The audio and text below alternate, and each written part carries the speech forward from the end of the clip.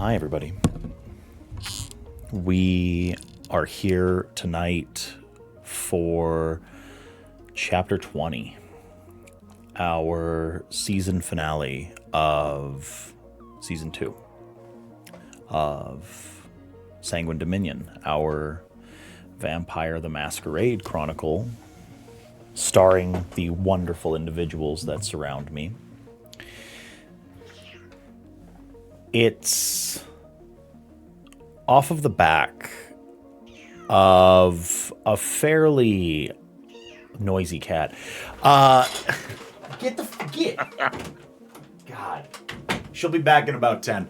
What a way to start the show. Hi, everybody. It's off of the back of a rather terrifying sequence of events that we start our chapter this evening. Texas, Uptown, Deacon, December, and Lupe. Our storied and incredibly capable anarchs have been the target of quite a few different factions here in the city of Calgary. Ambushed last evening by a Sabbat pack at the top of Calgary Tower. The object of predation by the Tremere Primogen, not a terrible amount of time ago. The subject of ire from the Archon, the Toreador, Grafton. And now it has come to a head. Our group has decided that this is no longer an acceptable way to live. This is no longer something that can be accepted. They're not going to sit and take the abuses, the attacks any longer. They have recognized that they are the power players within this domain. And it is at the behest of Baron Trevor LePage, the new Constable Texas, Fox, Deacon, December, Lupe, Uptown, that there is to be a war council. The Camarilla that exist within the city, run by Kyle Strathcona, can no longer be trusted to be representative of the Ivory Tower, as they have been infected by that foul creature that exists underneath the city streets in Kidu. And so, it is here that we enter with our coterie. The Baron Trevor LePage has asked everyone to gather once again at Calgary Tower. He predicates this message with the very obvious they cannot control where we gather. And if they are going to ambush us again, this time we are ready. We will meet in my haven. Although they think it unsafe, we will ensure that should there be another attack, it will be met with fire, fury, and death.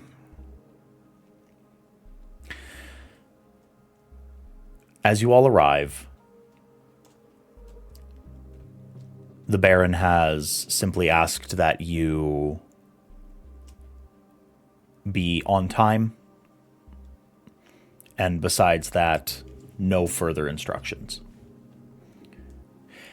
Is there anyone here that had any business specifically before attending the council, or shall we begin? I need to eat.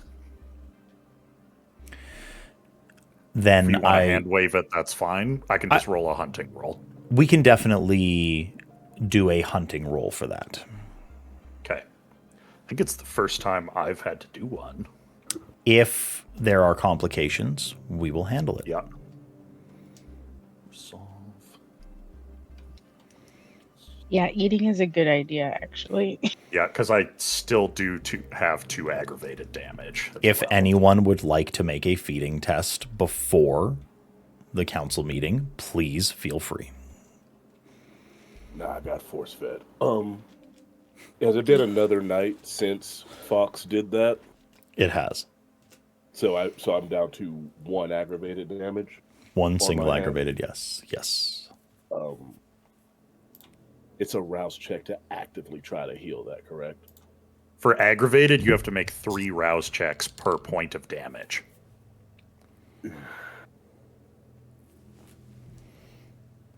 So, I got wearing gloves tonight. I got 4 successes on my hunting test. More than enough. The difficulty is low. The stakes within the rack that surrounds Calgary Tower the difficulty is not high. Okay. So I wake up and I'm at 1 hunger, and I'm going to try and heal 1 ag. Okay.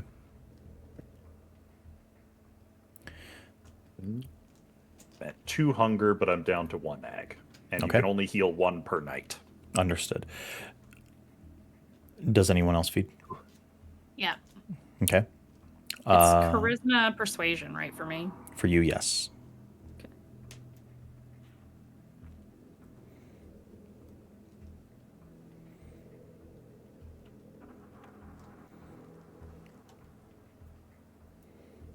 It's 5 successes, so I expect I'm able to...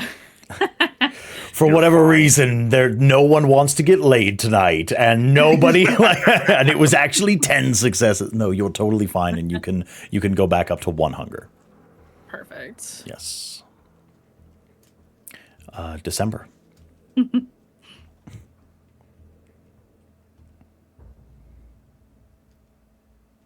You're muted, love. Yes, sorry. I have too many dice, so Okay. I got there. 4 successes. 4 successes, more than enough. No one has a messy critical or a bestial failure, and we are all good.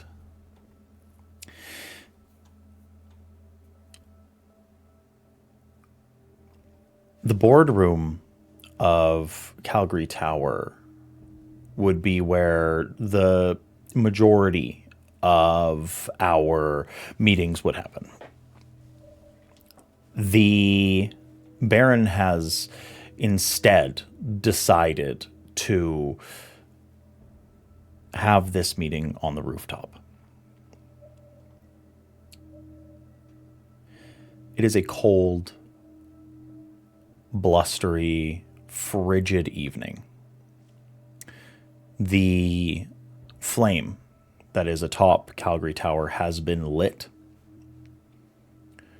and the Baron stands pacing on the wire grid platform that is in front of this pillar of flame.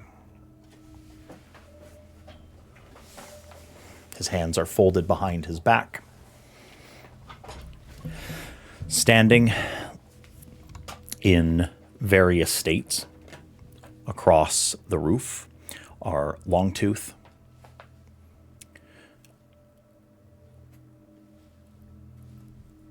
and Fox, Lester,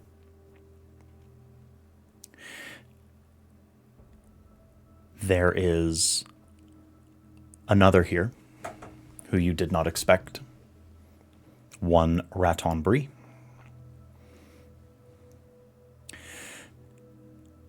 and standing on this rooftop is an individual that none of you recognize. It is a monstrous looking creature. I am going to very quickly post what they look like in the chat. And then I will give a description for the audience.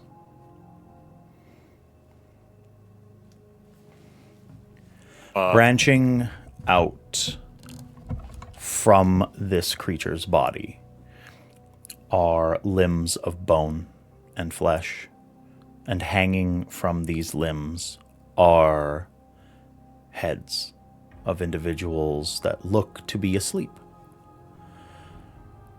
It has many limbs. It is elongated. The flesh of its torso, while it does look leathery, is red and incredibly muscle. The musculature is on full display. A Icarus fluid seems to coat the majority of the person's body. Its hair is a mass of bone and chitin. Its legs end in spiral spikes, and its arms end in bone and chitin-covered claws.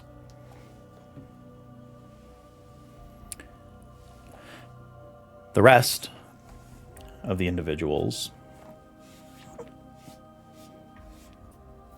are those that I had described.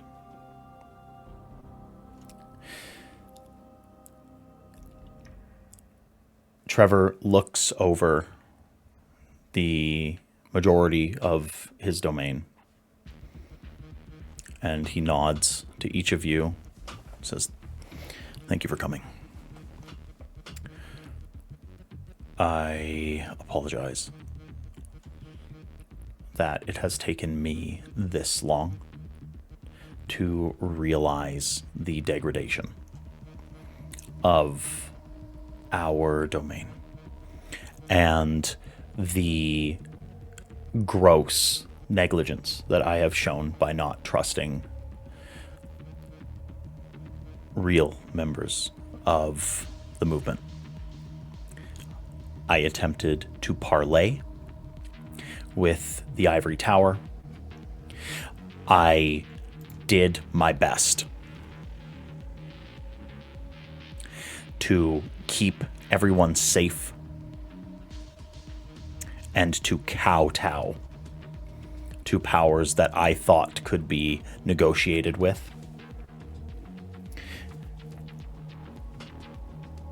Their mismanagement of this domain has led to us becoming hunted and attacked by a creature that we do not understand underneath our streets, the animal that we do understand in the Sword of Cain, and their own,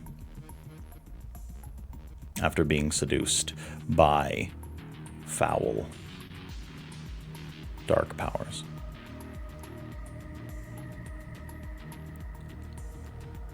I have truly but one ask of all of you, and that you all will forgive that I have allowed our home to degrade like this, and that you would follow me into the breach to excise this disgusting taint on our city. Kyle Strathcona is not a fit leader. Lydia is a foul worm, and the remnants of his court, Grafton, Duncan Howley, Rachel Verdun, they will need to either fall in line or be destroyed and meet the sun. There is too much at stake. Kyle Strathcona is not strong enough to repel the Sword of Cain, and he is certainly not capable enough to delay, capture, or destroy what is underneath our streets.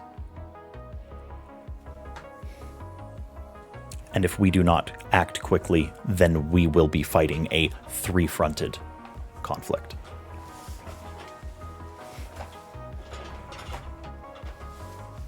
He stops pacing, and he looks to everyone. I wouldn't blame any of you if you ran.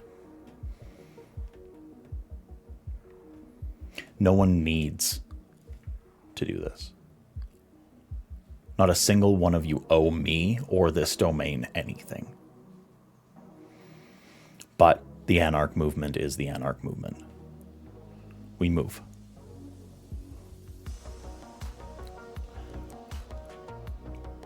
It is supposed to be a revolution. And we have stagnated, and we have sat. And while we get mired in bureaucracy, favors owed, domain divvied up, we wait to die. So, I would ask before we begin and we discuss the particulars. Anyone not completely loyal to this cause and the reunification of the domain under one ruler, this is your chance to leave. Uptown walks up. He lets the obfuscate fall off of his shoulders. He let the Baron know that he was here on time, but for everyone else who watched him fly out the window, it might come as a little bit of a shock. When he's holding the shotgun in his hands and he pumps it and catches the shell that comes out. Been waiting for you to pull your head out of your ass, Baron. And he hands him the shell. I'm in. He nods, takes the shell. Yeah. During that speech from the Baron, flying overhead comes down Pothinos, who had been observing and listening for his opportunity to decide if he wanted to participate. Something that he and December had spoken of before she arrived here.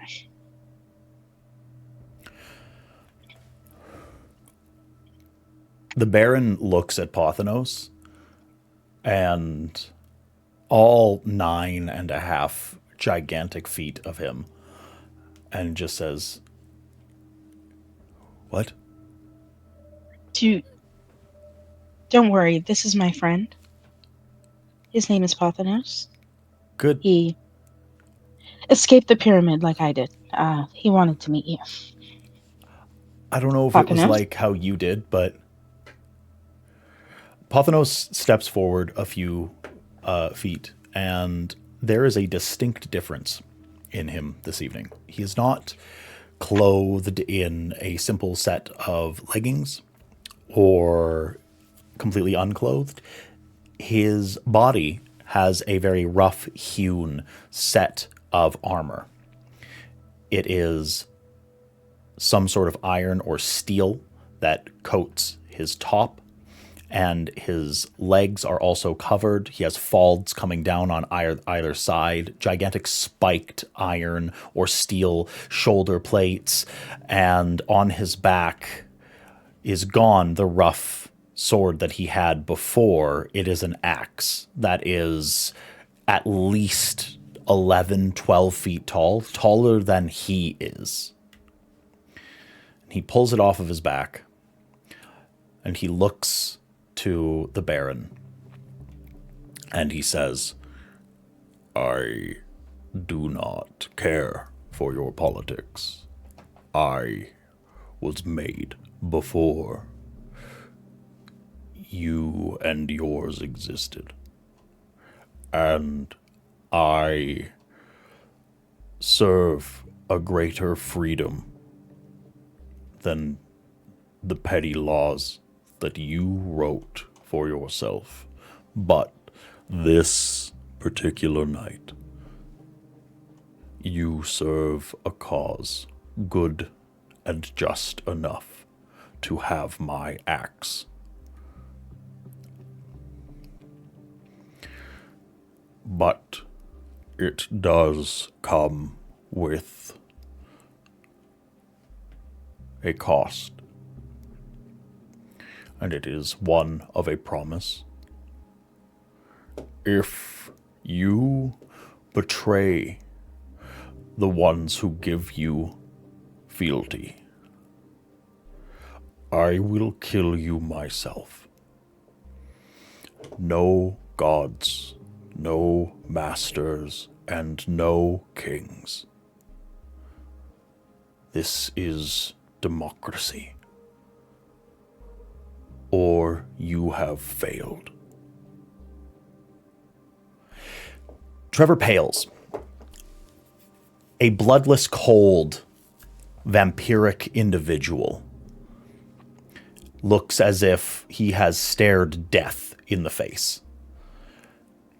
He swallows in a throat that does not need lubrication. He quavers with flesh that does not itch or move. It is all reflex, looking at a predator that is far higher on the food chain than himself. Then he steels himself. There's a look of consternation.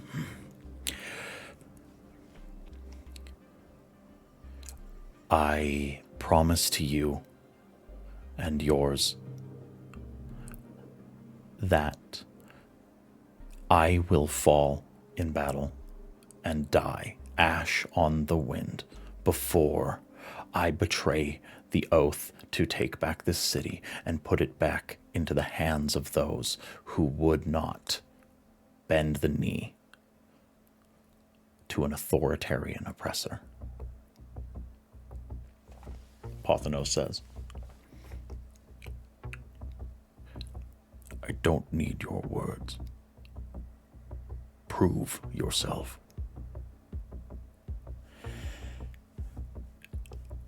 And then takes a few steps back and stands very ominously behind December. December just grins. You did good with the words this time, my friend. I've learned many. Okay.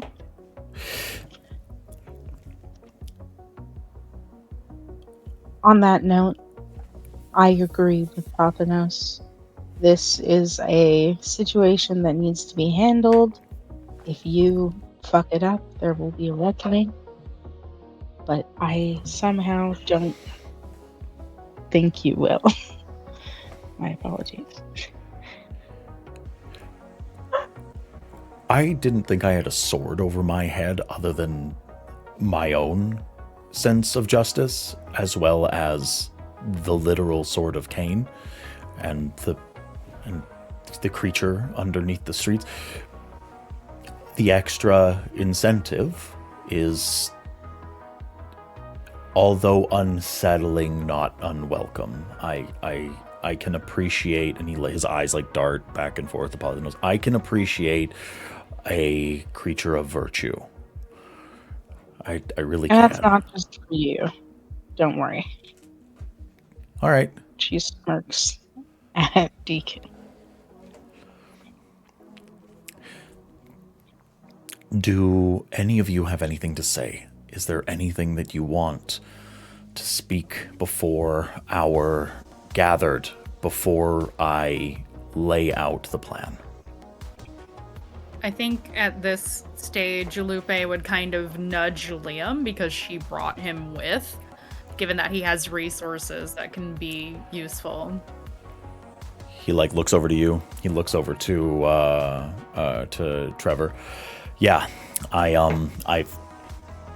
have money I have influence within the church. I have influence within the mortal institutions of bureaucracy. I can bring this city to an absolute halt. I can shut down city blocks when we need them. I have my finger on the pulse of... Now that I am in my own head again, I can help. The best thing that I can do for you and the cause and everyone gathered is I will keep mortal eyes off of this conflict. I will ensure that what we do remains in the shadows. There is the ministry as you know it, as everyone here knows it, is a clan of mystery and secrecy and subversion, subterfuge, and the spinning of truths that are not true. And I will do this for you. I will do this for us. I will do this for the city and for the Anarchs. I have been betrayed by clan. I have been betrayed by the tower. I have been stabbed in the back by everyone other than those gathered here right now. And my resources are your resources. So you name it, and if I can, I will accomplish it. And Trevor looks at him, and he says, it's what we need. Thank you. You already know that I'm in, so I'm not going to make a speech about it. Well, thank you.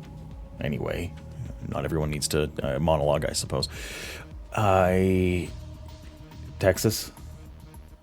Is this the point in the conversation where we lay out what we have and like how we're gonna do this? I was kind of asking for an affirmative, and then he like looks to everyone and he like smirks and he's got this like sort of happy, fiery look on his face. He's like, all right, I feel like we're all in it. In for a penny, in for a pound. Is that kind of the vibe that I'm getting from everybody? I know you're in Uptown, and I know you're in Lupe, and I am now aware that you're in December, and Texas, you are my constable. So he looks to Deacon.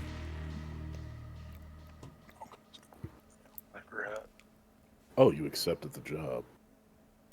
It seemed nice. Is that where you got the fancy coat? Yep.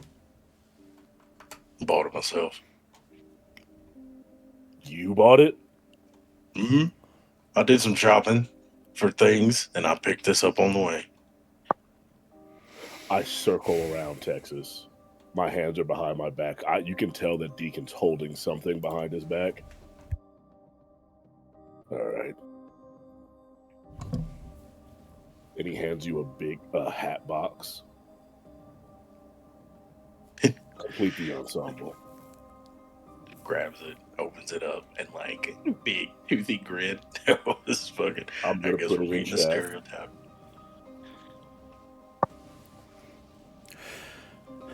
Well, your name is Texas. You might as well. Oh, that's a sick hat. Exceptional. Uptown sees it and just goes, they're going to get the fuck out of Calgary. Let's fucking go. If you've got Texas, then you got me. Trevor looks very specifically at Deacon.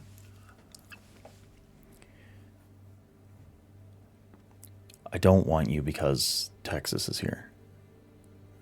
I want you because you believe in what we're doing here. I feel like I've been...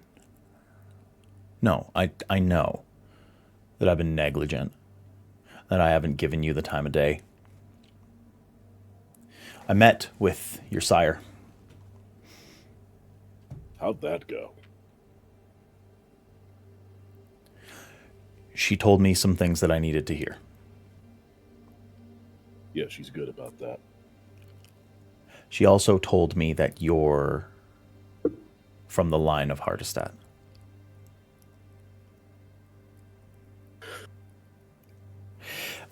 Okay. you could have had every privilege and every accommodation and every single thing handed to you by the ivory tower. You would have sat on a throne. They would have propped you up as a praetor. They would have made you into the new king. But you turned away from the Camarilla, and I called you a fence rider. And I called you someone not worthy of trust, because I saw a blue blood. I saw a Ventru.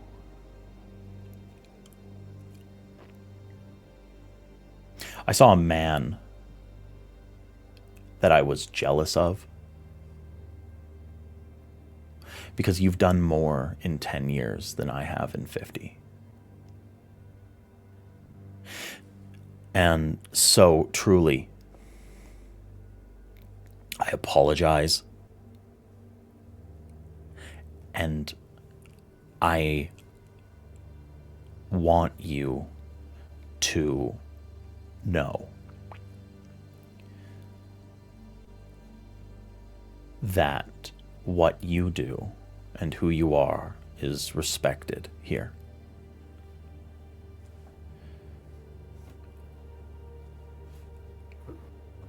His eyes narrow, but he smirks. Jasmine told you how to get on my good side, didn't she?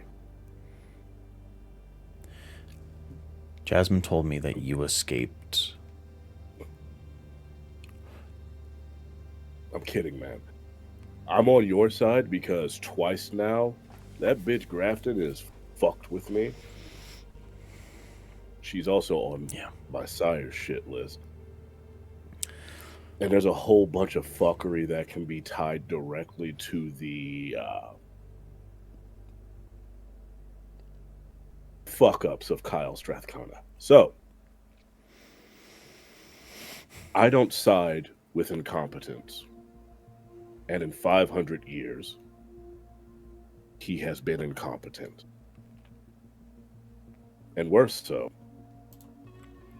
in our little meeting, he tried to make it seem as though he had power that I know for a fact he doesn't fucking have. So he's incompetent and a liar. I mean, everybody's a fucking liar. We're kindred, but, you know, don't be stupid.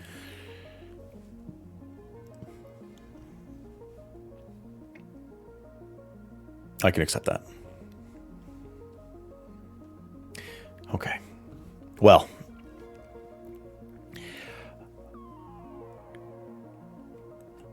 I think that we can get started now, truly. And from like the peanut gallery out, like just out in the crowd, Lester interrupts. So, friend, buddy, my guy, my pal, my Baron, whatever you call yourself these days, we're seeing eye to eye here. We're looking at each other. You said we're going to war. I don't do war because war is bad for business. I can only eat so many bodies in a night. And if they pile up, then you get completely crushed. So the things that I offer are going to very quickly, due to circumstances outside of my fucking control, they're going to be the things that we offer. And then he points to the gigantic monstrosity that is like on the side to him. Me and my wife are going to offer our services to you for whatever you need. She has a certain set of skills that, you know, are unique. So we can make you look how you need to look. We can dispose of bodies the way that you need them to. And very most importantly, dear, if you would, and the gigantic monstrosity, the sort of tree of flesh and bone that is beside Lester, walks forward.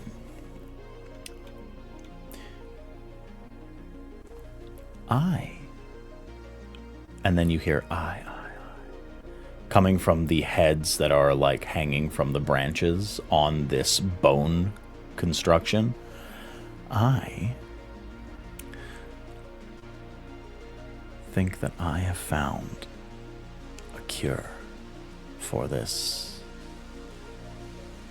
little infection of Enkidu's.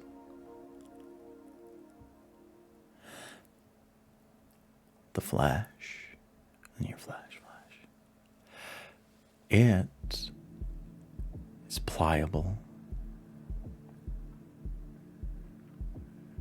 and this infection sets in, but it's also in the soul. So, I don't just mold flesh, I also take bits of the spirit. I take them off, I put them in other places. So please, if you have anyone that you care about, you want them to no longer be housing this taint,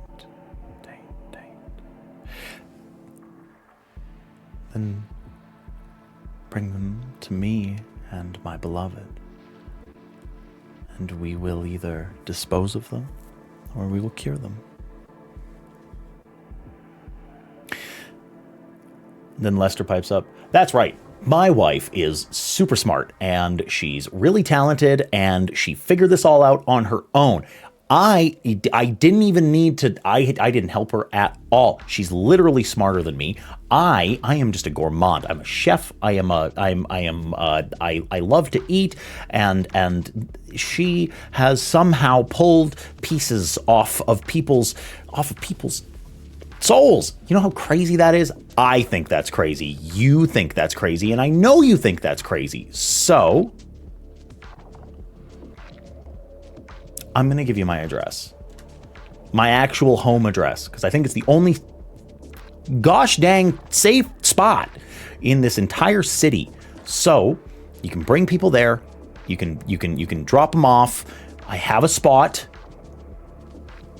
and then we can work something out. But it's, you know, that's what we bring. That's what we can help with, and my love.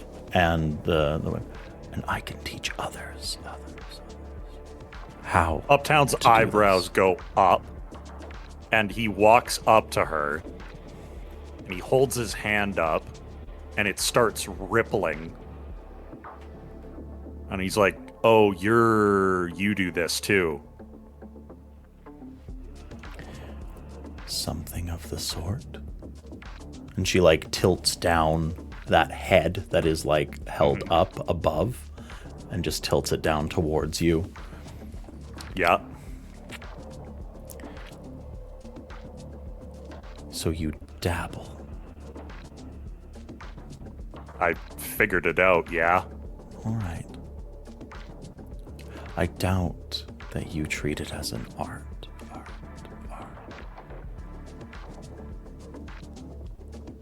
Is that a big thing for you?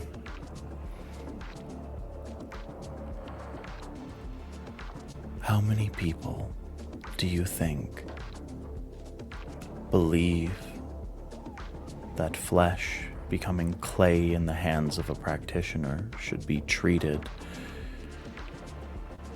as something casual? Well, I will tell you I don't treat it casually. Are you an artist? Not yet. I never had anyone to teach me, though. She looks, turns this gargantuan form over to Lester. We should have him over for dinner. Lester says, "Yeah, all right, buddy. You want to come over for dinner sometime?" She teaches sculpting classes.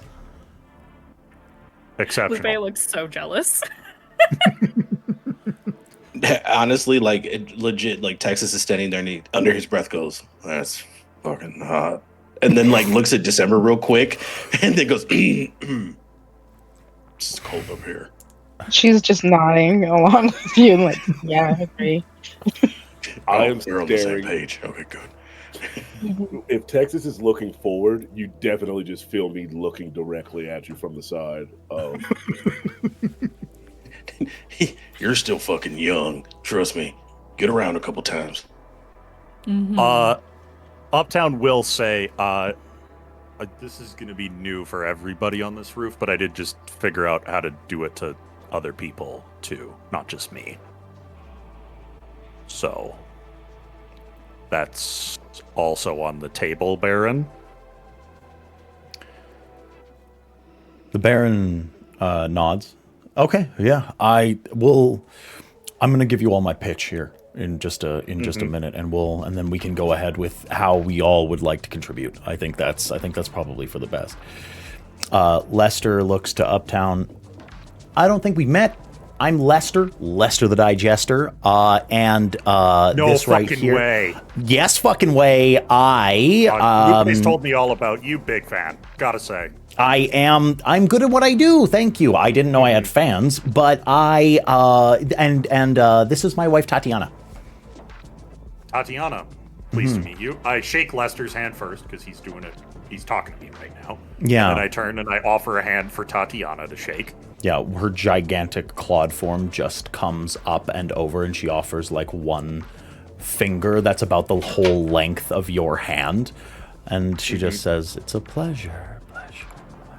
I take the finger in my hand and I'm like, nice to meet you. Has Lester always been this like dope? Happy? Like, Oh. Really? Okay, I don't know where I've been. So nice. Is that in character? No. Okay, I was gonna say, if it was in character, Lupe would have some stuff to say. So the Baron looks to the rest. Fox is simply like leaning up against like an air conditioning unit. Raton Brie is very quietly checking his nails and taking a peek at the goings on. His eyes seem fairly inscrutable as usual, and the Baron looks across everybody. All right. So this is where we stand. I think that, unfortunately, we are going to have to kill. Do we all understand that technically Kyle Strathcona is the ruler of this domain? And that going against him so openly is a breaching of the traditions? We all understand this. Yep. He can Reach shove his them. traditions up his ass, frankly. Okay. I want Lydia's head on a pike. He stopped being the ruler as soon as he disappeared. Now he's just essentially calling, what's it called? I forget the word. Quorum. Praxis. Yes, Basically he is calling calling. another Praxis. He is calling Praxis once again. He is looking to assemble a primogeniture in order to solidify his rule. That being said, there are certain accords between the Anarch movement and the Ivory Tower, and those accords are that we respect most of the traditions, those of domain, those of destruction, and those of the Masquerade. Slaying one another is against one of these, and we will earn the ire of the tower. They will come loaded for bear. There will be task forces sent to kill us. I want to avoid that. Baron, I already gaslit an Archon into breaching Elysium. I'm in for a penny, I'm in for a pound. The Archon, I believe, has disgraced themselves to the point where if she disappears, it is less of an issue. Although we may get visits from someone foul, but we can cross that bridge, or burn it, rather, when we get there. Kyle Strathcona Strathcona. owes his return to me, among others here. He's not acknowledged that. He doesn't have to. What happened before he was brought back to himself is known to very few. We control the narrative. That is precisely the point, December. We need to spin this as hard as we can. I I need agree. That's a simple spin. disinformation. It is within mortal circles. It is so simple. Unfortunately, it's not unfortunate. The Sabbat is back. There is movement. We can simply say if Kyle Strathcona died, he died combating the Sabbat, and then all eyes are off us. And we, as the Anarch movement, decided to dispatch with them once we get the chance to dispatch with them. And if they use clairvoyance and they search the auras around the site where he died, if they look into every nook and cranny and they find any evidence that we have breached the traditions, then it is on us. We need this to be watertight. We cannot simply give up the information that the Sabbat did it. Why do we do it? make the Sabbat do it. That uptown is exactly what we do. Uptown and December look at each other like, This will be controversial. This is going to sting, and I am open, more than open, to recourse. We need to contact the Sword of Cain.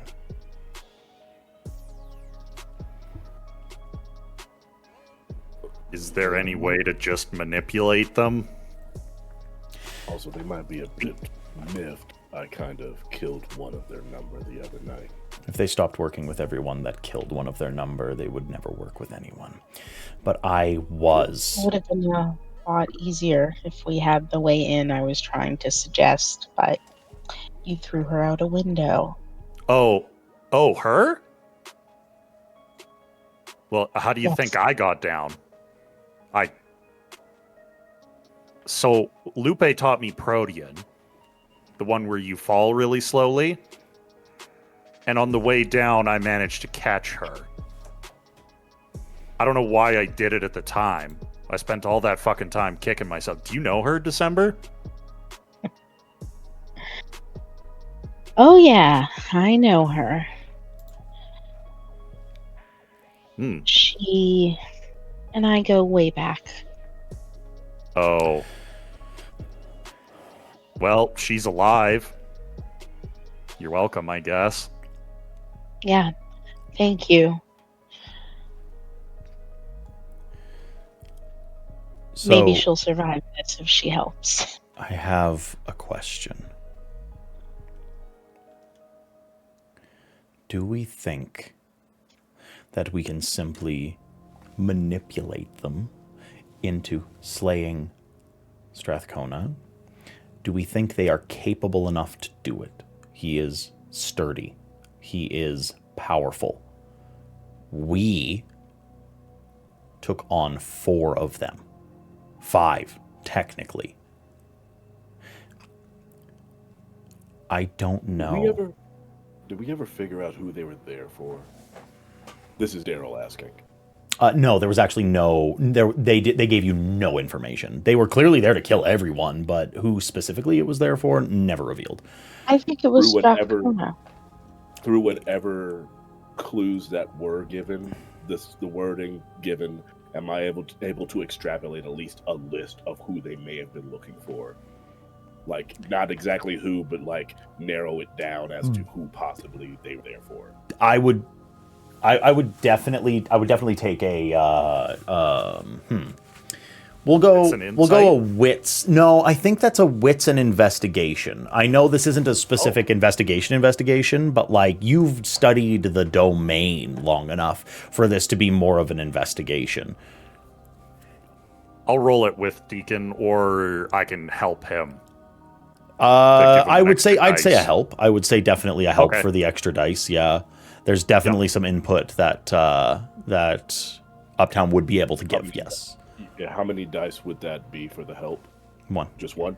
Yeah. One additional? Yep, one additional dice. I'll burn a blood surge to add another 2. Okay. Just to get my own get the old noggin going. I get hungrier. Which is okay because, somebody made me do a thing. That's 2 more dice.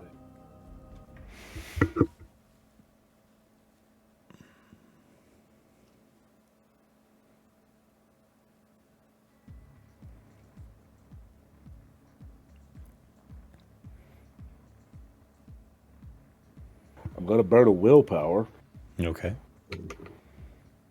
because that was shit.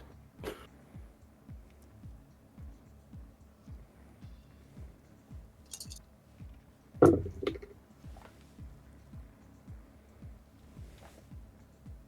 gonna burn another willpower. Okay.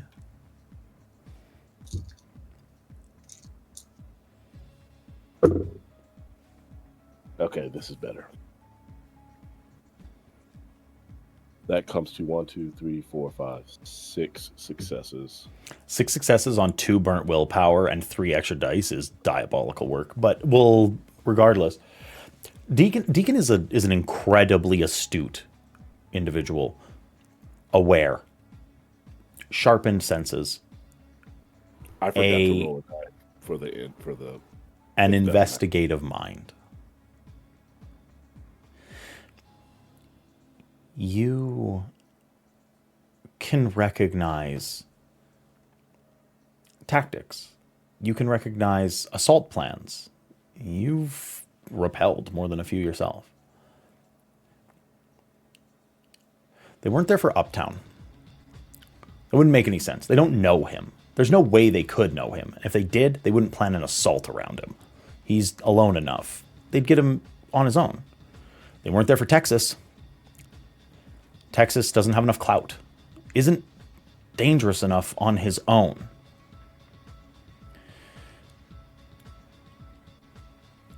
They weren't there for the Baron. They could have taken his ass out ages ago. Or at least attacked, revealed themselves, something like that. They weren't there for Lupe. Or Liam. He might have been fighting against them, but he was unsuccessful. And the Sabbat loved nothing more than to send back somebody to give the domain a message. I think they wanted Strathcona, and I don't know whether it was alive or dead, but they also wanted me.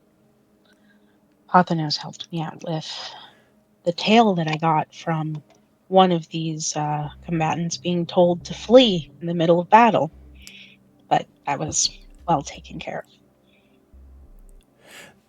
The Lydia's been idea watching also. The idea that it could be Strathcona makes sense in your head. Yeah. It does. He's powerful. He's a prince.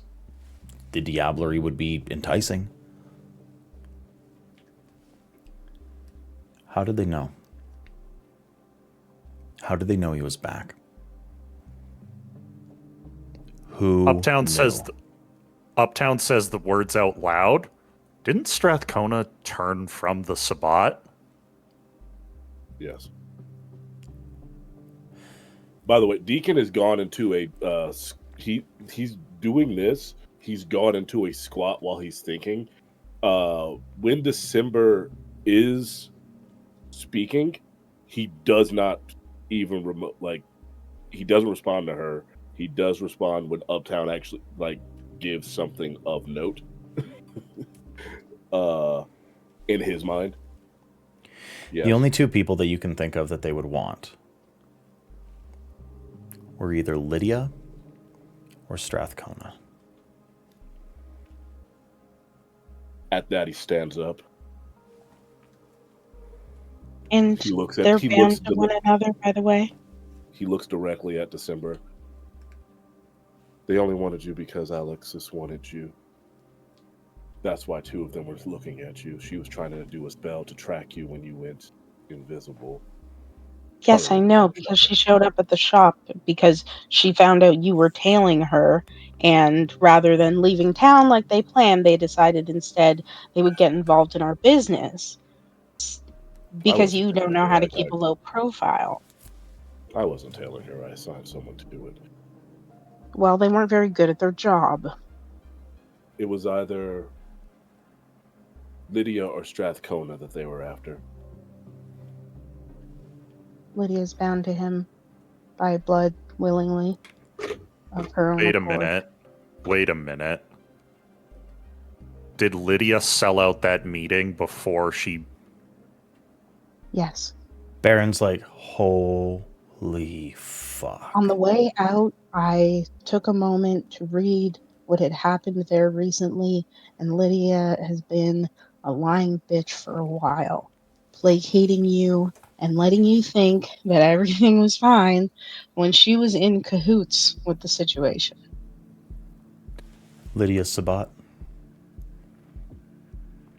Either she's Sabat or she knew, or she got forced back under Strathcona's thumb and sold him out to the Sabat before it happened. The Valdery erases blood bonds uptown. It wouldn't matter if she drank. True. Oh, fuck. So get me to do the Valdery for a while now, so. So is Strathcona dead already? He escaped with Lydia. When I fell to the ground underneath, they got in a car together. We need to look for them.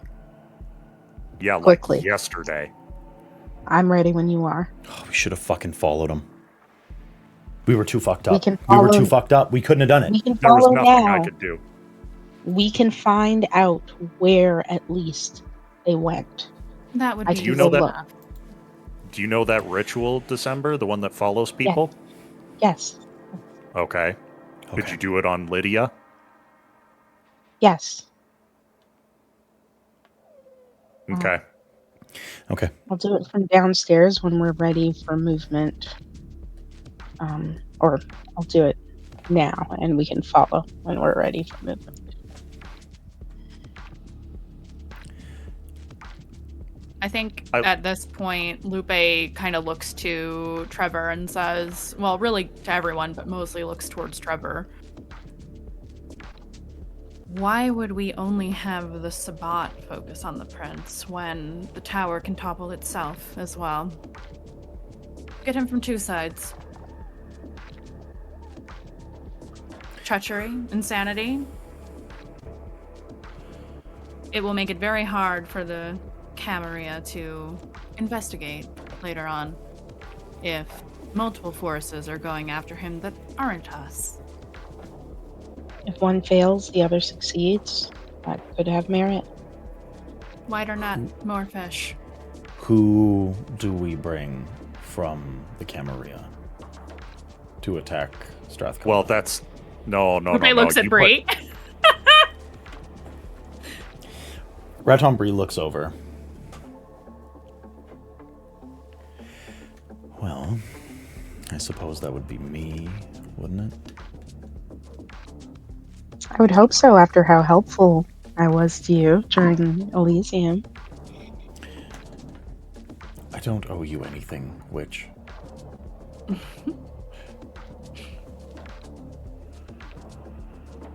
This city... What are you going to do? This city means a great deal to me. This is where I feed. This is where my herd and my haven and my businesses and all of my debts lie. So yes, I will help. Because Kyle Strathcona has proven that he is an idiot, is the most gentle way that I could put it, and a duplicitous, bumbling, deadly fool. So, but I will not muddy my hands in the same way as all of you seem so eager to do. I can offer one thing.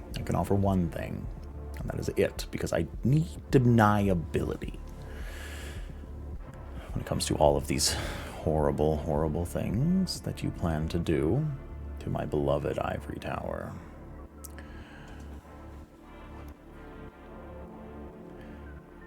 I am the one that gets to establish Elysium. I am he and he is me. The sanctuary spaces of our kind and our society are dictated by me within this domain. So, I would, for a price, whomever amongst you wishes to pay it, would be willing to establish False Elysium. And it would be the perfect place to ambush our sweet prince. It may take time. I cannot rush the process. That would be gauche. But I will do it. I can do it. And as far as all of you are concerned, Strathcona is not dead. If Strathcona was dead, all of his contacts in the city would be panicking, and they're not. So he is alive somewhere. I don't know where. I don't care where. But he does exist. In some capacity. Out in the urban jungle somewhere. But that's as far as I go. And I will be Raton, paid. quick question. Uptown, by the way, nice to meet you. I know who you are. So did the news break yet? Well, you admitted it just a very short time ago. Yeah. Yeah. And your reputation precedes you as a stain, a rash, a case of some unsightly pox, whatever you wish to know or be known as. So, hear me out then. Take me with you and spread me. No, absolutely not. Camarilla. No, do it yourself. Not in a million years would I work with you. You are a disgusting rat of a man. No. You already have. Yes, because you are a duplicitous, scheming, structure-collapsing plague upon everything that I do. Never, I will never willingly work with you. You got one up on me one time. That will be the last time. I know your stink now, Uptown. Uptown, darling, you're not enough of a bear for my dear Raton Brie. I could be. I doubt it. Yeah, he's not my type. Anyways. Thank the Lord. I'm Darling. not paying this man shit. I'll leave that to somebody else. Oh, your money is as good as your reputation. I wouldn't take it. I do love our little tit for tat. I wouldn't mind paying. I would take it As Lupe says she- Escondido. As Lupe says she's paying, Uptown winks at Raton Brie. I wouldn't something in mind your eye. paying if...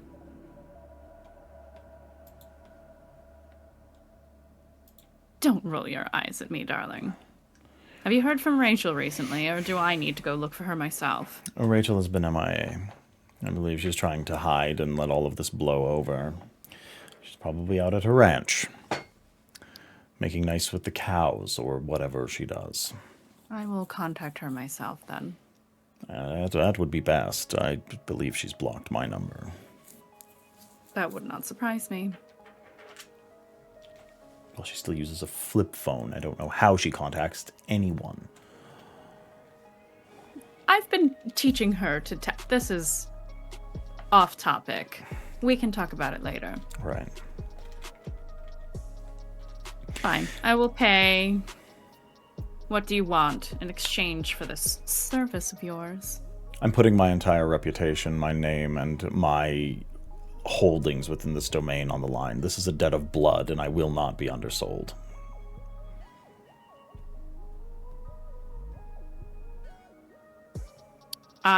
She's gonna look at Liam for just a second, look over at Trevor and say, let me think about it. The longer you think about it, the longer it will take me. If more people wish to pay, and Liam pipes up, I will give a major boon. I will give a major boon on myself. And Trevor says, me as well. There's no problems from me. And Fox walks up to Raton Brie and says, I could just kill you. I could kill you. You are Cammy, Fox. and you are quite literally nothing to me and mine. I could pull off your pieces until you're just a fucking nugget on this rooftop, and I could leave you to suntan. Our whole domain is at stake, and what you go run and hide. At this point, Deacon says something. Fox. Yeah. Please calm down. Yeah. 3 steps away. Yep. Takes 3 steps back.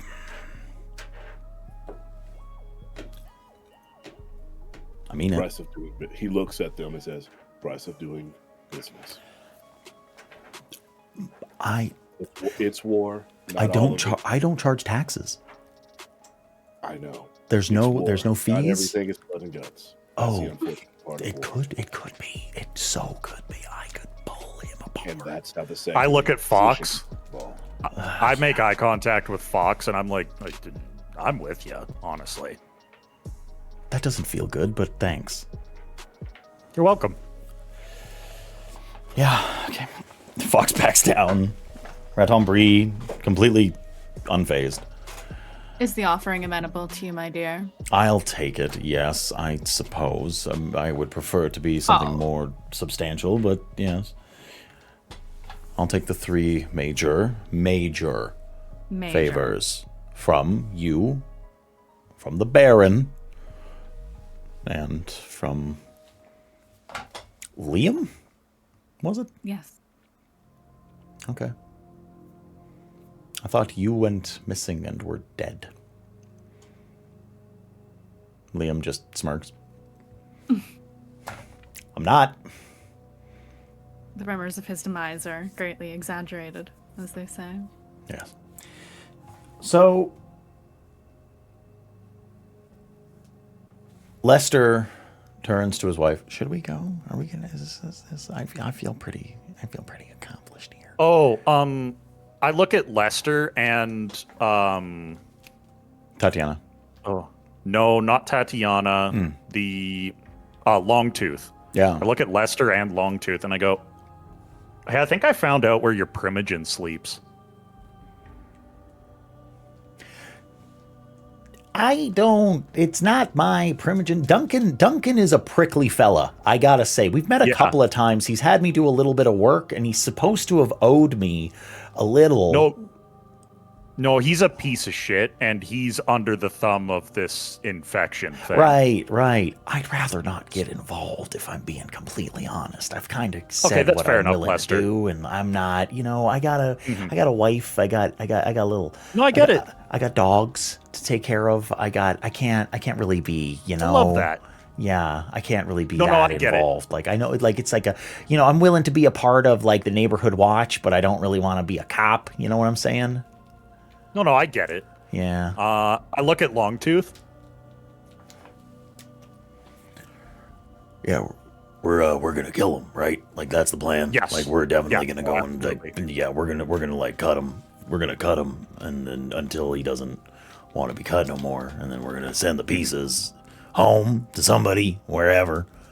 Yeah, is that the plan? The prince's like doorstep, ideally. Yeah. At the prince's doorstep, yeah, wherever. I don't know. Well, you know what? To be completely honest, I think we should probably talk to Texas about this particular line of action. You know what I'm saying? I look over at Texas.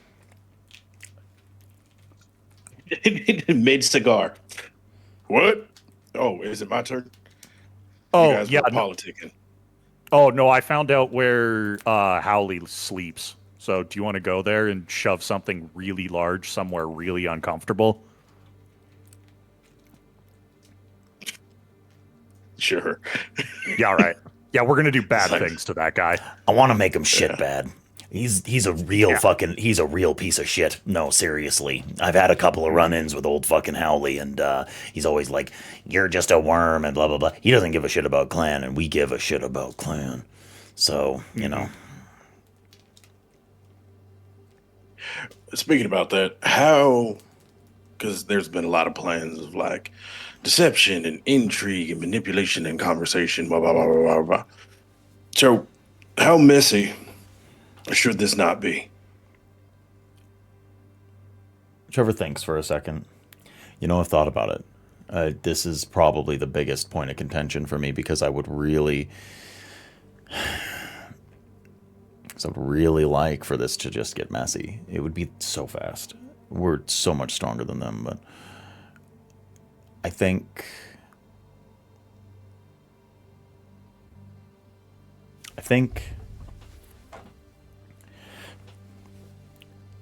certain things have to happen for us to act against the prince. I think certain things need to happen before we act against the Primogen. I think you go and you pull trig on Archon Grafton, though. Good, because I was worried about bringing the wrong school supplies.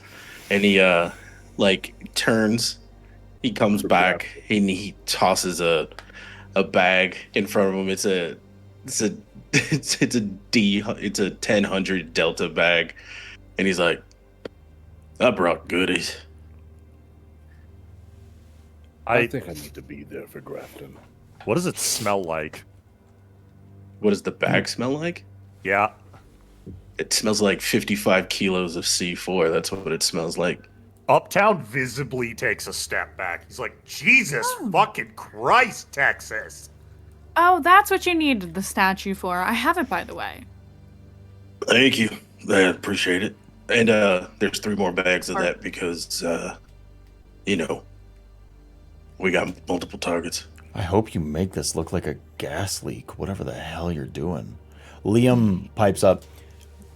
It's going to be fine between me and Deacon. I'm sure that that law enforcement's going to look the other way. I'll catch federal, and Deacon, you've got municipal.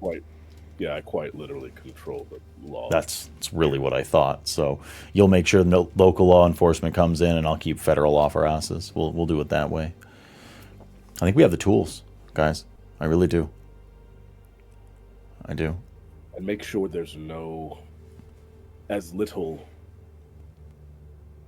human death as possible. Yeah. None of us need them coming after us. Oh, speaking of, God. Trevor. Yeah. You're aware of the mages? I have ran into them, yes. Okay. You know they're here, like, staking out stuff? Yeah. All right. Yeah, I've been looking into them because they knew too much about me. Everybody. Yeah. Yeah. Okay, just wanted to make sure. Just wanted to make sure it wasn't just a me thing. It's not. There's. Right. I've heard rumors of a few people. If we don't mess with them, they won't mess with us. But the problem is, I think a couple of the things we need to mess with is gonna mess with. We cross streams every once in a while, so yeah. I get it. This is Daryl. What's her name? Agent Avesta? Veritas. Yeah. Yeah. Agent Veritas. Yeah. Big mouth. So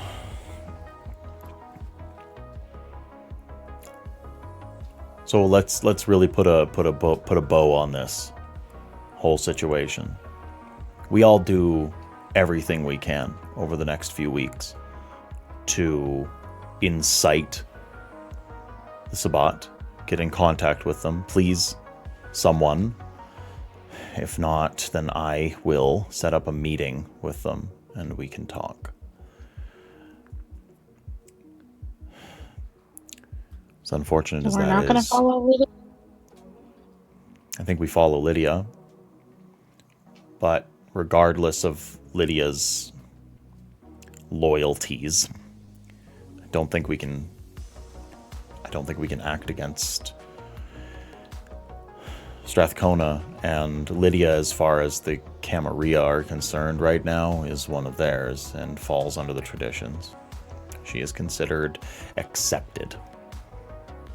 And so we sit in a lurch, unfortunately. We can follow her, but we need dirt. We need real dirt. We need to catch her in the act. Because then that is a spy. We can be swift in dealing with it the way that it should be, but... December, if I looked like your friend and went to speak with Lydia, like we knew each other, it's circumstantial, but it would set off a chain. I need information first. Okay. I am going to try something. I might need backup, but we'll cross that bridge when we get to it.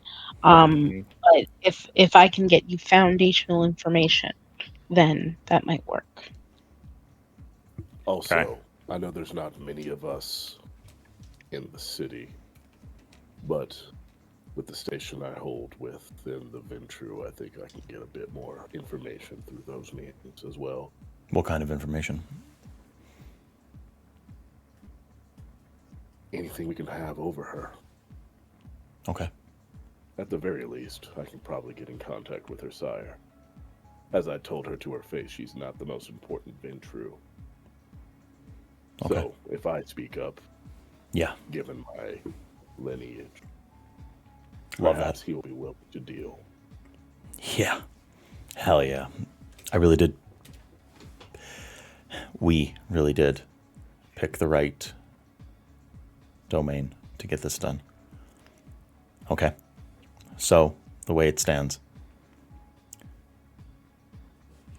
we find Lydia. We understand the movements of her and Trevor, or her and Strathcona. We get in contact with the Sabbat. Archon Grafton dies. And I think we need to address the elephant in the room at this point.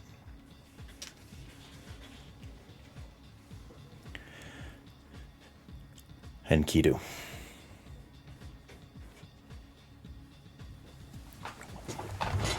Yes.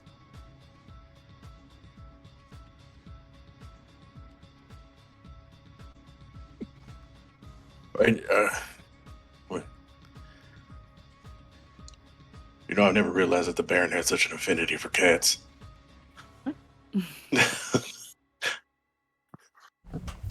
Everyone tithe for Story Cat. Please. Mm-hmm. This has got to be worth it. So,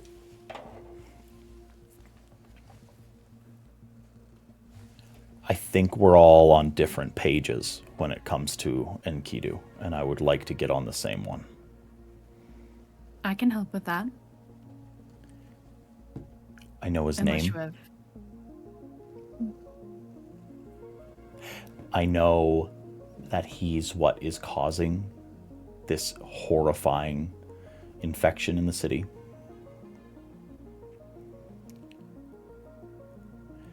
And that's about it. If you know more, and anyone has a plan to deal with him, please.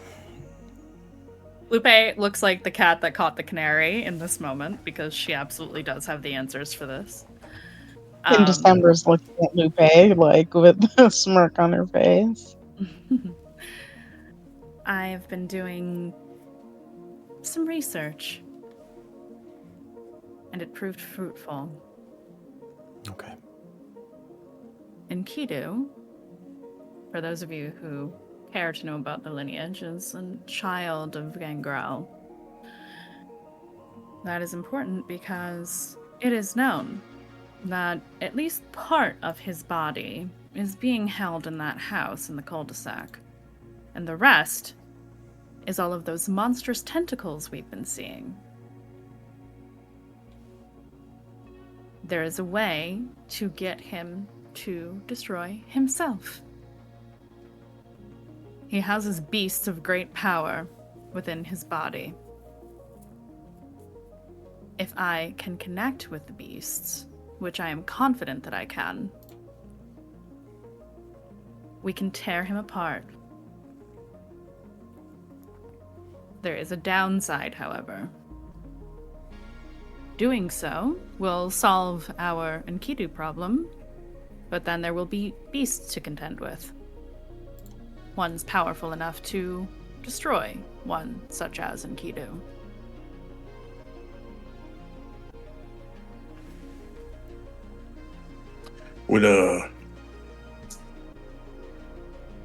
Would these beasts be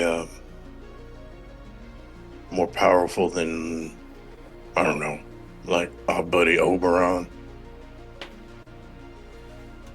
And that is a question I cannot answer for you, but we can certainly ask Oberon. He did not seem terribly powerful, aside from certain aspects. I've been really didn't want to talk about this. So for a while now, especially after when we first went to the cul-de-sac, I've been going back to kind of watch the place a little bit. The last time I went, my buddy Oberon showed up and had a little conversation with me. Still didn't bring Puck, which is upsetting. Who's He's Oberon? also looking to. He's a fairy. Oh. You don't read Shakespeare? You don't? No, I know. That's why I was concerned. He's real? He's a changeling. Yeah, king of the Fae. Yeah. Not all of the Fae. What a And good, he's nice little here piece in of it. Calgary. Regardless, yes. Anyways, okay, my mind's blown, but continue. Anyway, part of that conversation, he did say that he was also kind of in line with us in reference to getting rid of Enkidu. And he's been doing so, or at least been trying to for a while now. He thinks that he's close enough with us. Could be two aces in a hole, using him and then what you found out. I shall have to speak to him about it. He did give me his number. Yeah. You hear your phone ring, Lupe. Aha, I love this. I look at my phone. Who is it? Oberon. Of course it is. She'll answer. Were your ears ringing? Literally. Why are you happen talking to be about one me? of my.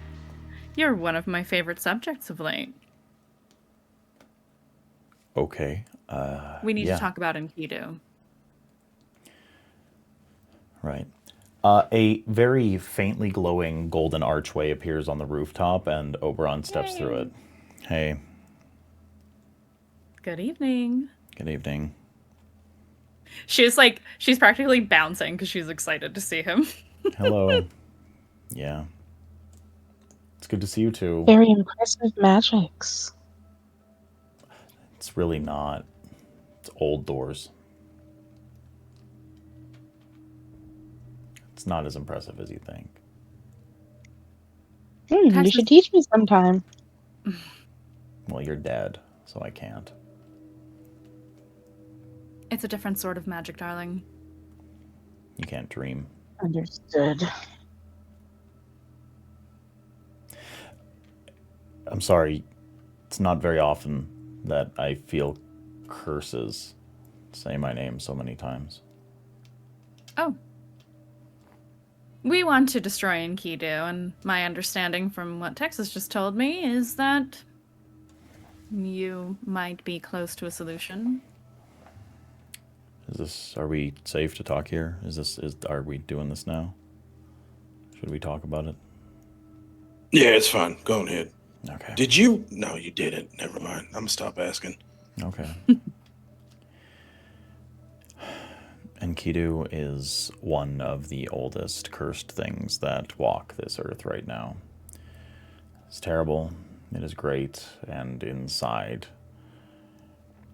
is held a great many horrifying creatures. Enkidu was known as the Devourer.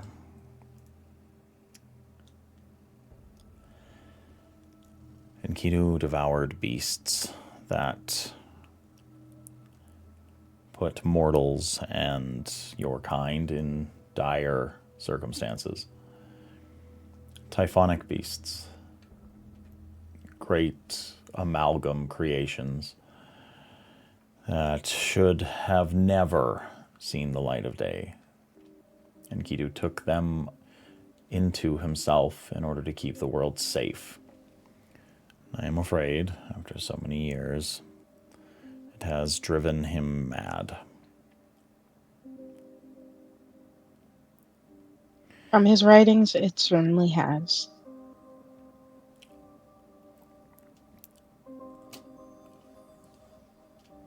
There was another great one. Not his line. They tried to seal him within a great necropolis in what is now known as Turkey. And he escaped, came here, and from what I've learned, it was the Garu that sealed him away where he is now. They're werewolves. Yeah. Okay. Their kind's wards are driven by spirits, by living manifestations of emotions, of places, of objects, of grander concepts. And we might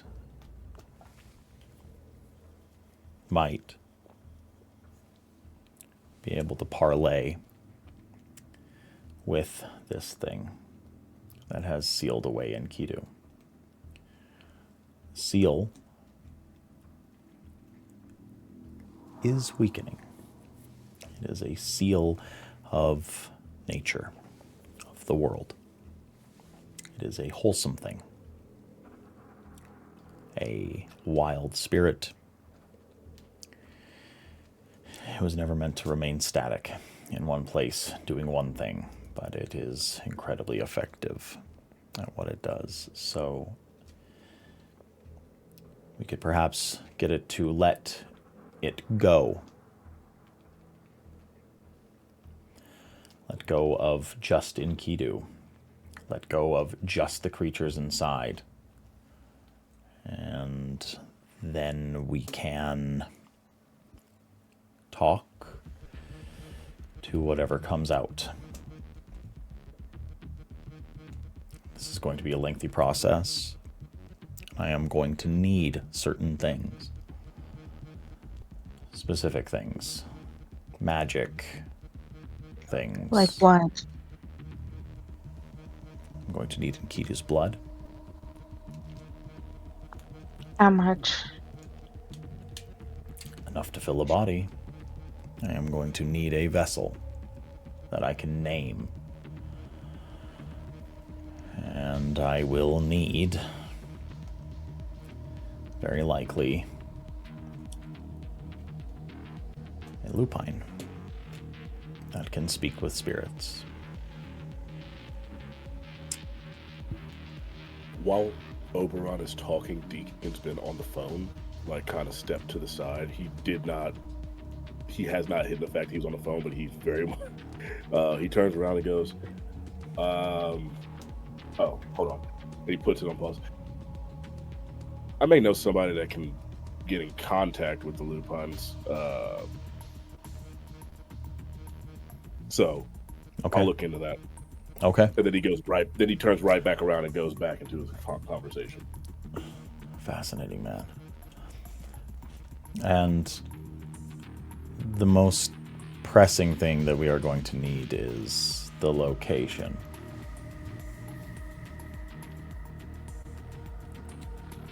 That house is not where Enkidu lies. That is simply a piece of Enkidu. A very important piece, and likely something that we are going to have to negotiate with. Negotiate? Yes, negotiate. That piece of Enkidu needs to be reunited with the other pieces of Enkidu, or we cannot release anything. We cannot destroy anything. It has been separated.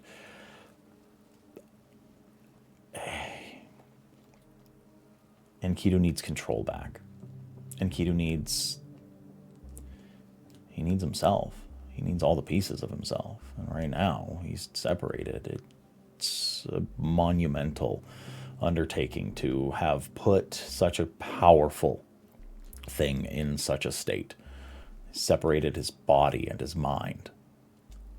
They sealed him with blood and spirits of nature and force. And most importantly, they built his prison out of something terrifying. So, yes, we will need to negotiate with When you that say part of something, him. when you say something terrifying, what do you mean? I mean, his prison's alive. Jeez. How so? Well, the lupines like to do things in threes. So I think the prison that Enkidu is inside of, that holds it all in, is himself. Stretched, shaped, and turned into something that can hold him. Because he can hold him. So, that is where we stand. Do we know where the other pieces are? There should only be 3. The one in the house, the one in the cage, and the cage.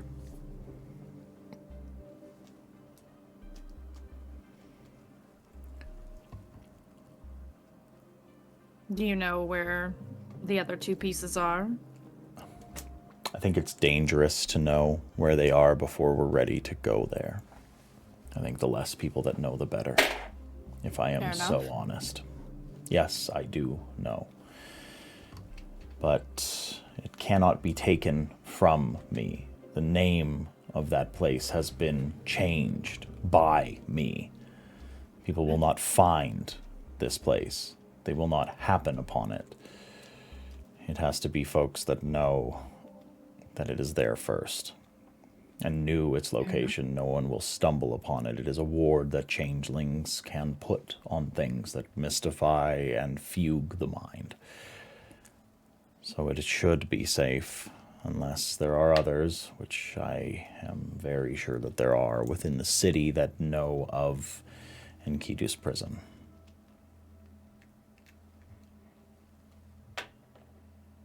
Right. And the purpose of this body is, you cannot say yet? The purpose of the body, the vessel,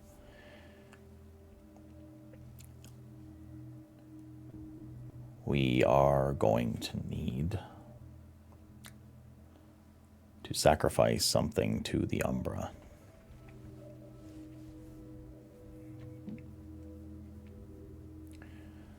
Spirit is going to have to be appeased, and it is an old one, and they work in blood and sacrifice.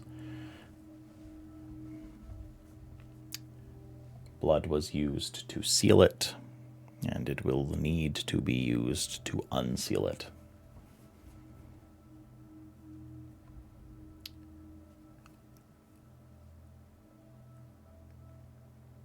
Lupe's trying not to show it, but she's growing frustrated. Because it's about 10 more steps added to this process that she needs to fulfill. Alternatively, we could just bomb the place and let the monsters out. But your way doesn't let the monsters free? I think we are freeing a monster no matter what. It's just on our terms instead of its. It's trying to get out. You've seen it leaking out. So... asked to get out. It's basically compelled us to assist it in doing so. But doing it strategically is better than hoping for the best with a bomb. We're sitting on a ticking time bomb. Truly. So we've got moves to make. Let's make them. I think we can do this. I don't think that this is impossible. It's just going to take time. That's all. And I'm willing to help you. I think the first thing is getting the shard of Enkidu out and safe. Parlay with it. Speak to it. Perhaps do what it wants to an extent until it's time for us to move on the other pieces. But it is one thing at a time. This Grafton person that you were speaking of, I believe that she dies first, right? Yep. And then you deal with the old leader of your sect, right? Well, one thing at a time. And Kidu can wait. And I will, because I am bound by honor, by blood, by soul, by the spirit of the dreaming, and all of the things that uphold it, Lupe, I owe you a great debt. Yes. I am a leader. I'm a king of my kind. I try not to bandy about with your kind, because it is draining, literally, to me. The banality and the static nature of your existence harms me. So I'm going to do my best to usher in the ending of our dealings, the safety of this realm. The kingdom of grass is my kingdom. So, I'm going to give you a piece of free advice. This comes with no strings attached. No shaking of hands. You will owe me nothing. Call in your boon. No. She pulls the little coin out from her bag. You I worry keep it on me. about Grafton. And you worry about repercussions.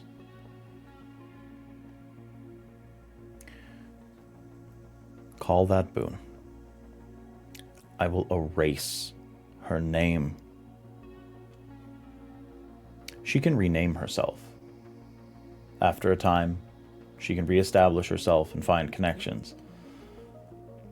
My magic fades. It is not as strong as it once was. Call my boon in. I will erase her for tonight.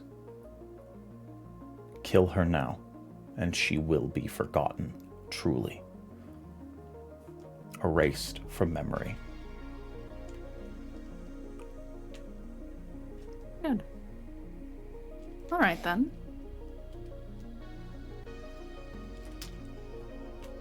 She's gonna walk over to Oberon, but she's holding the coin, and she says, "If I do this, you're not going to just disappear on us, are you?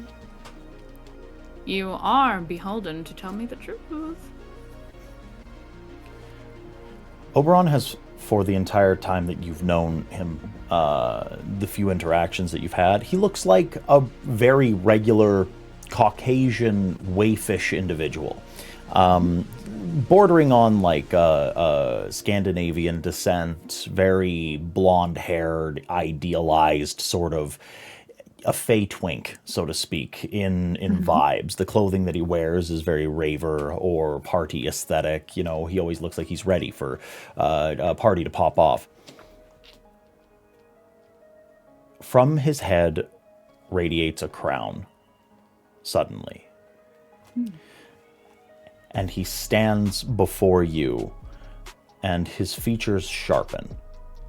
A chimeric sharpening of cheekbones, a slender tipping of the ears, a sharpening of the jawline. He grows 6 to 8 inches. His clothing disappears off of his body, and it has suddenly replaced with resplendent robes and a scepter in his hand, bespectacled with gold and gems and lights that radiate off of it.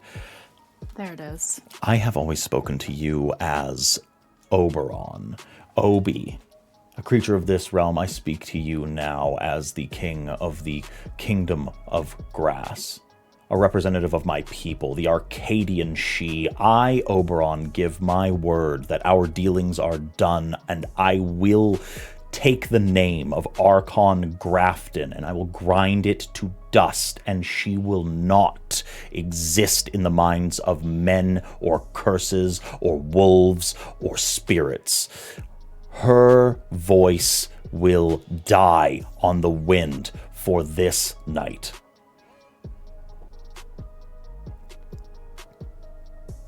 All right, then. Let's go Archon hunting, and she'll give him the coin. Okay. And you see him sag, and the glow fades, and he looks a little pallid. I wish that it was some sort of grand thing, that the sky would have written on it her name and it would burn in fire, but our magics are not the way they once were. It is done. I may be splitting hairs here. Does he mark the coin? The coin is in his hand, and he looks at it, and it fades from purple, that chimeric, strange design of the Kingdom of Grass and the King of the Fae, into a loonie. A simple $1 coin. Texas looks over at Lupe and he's like, that's solid. It Deacon. pays to know people, darling. Deacon finally gets off of his phone call and walks directly to Oberon. Hey. Hey. Sorry for the outburst.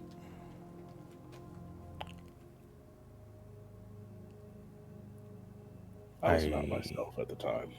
I wasn't me either. I don't make a habit of speaking down to young people. It's unbecoming. You deserved better. I tried to steal what was yours. I'm putting together a solstice festival. You want to DJ?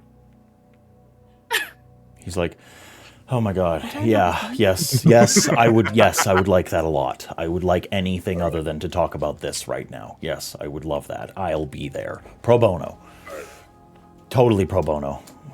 Offers a fist bump. Yep, he hits it. Absolutely. Yeah, I'm there. I'm there. He offers his right hand, which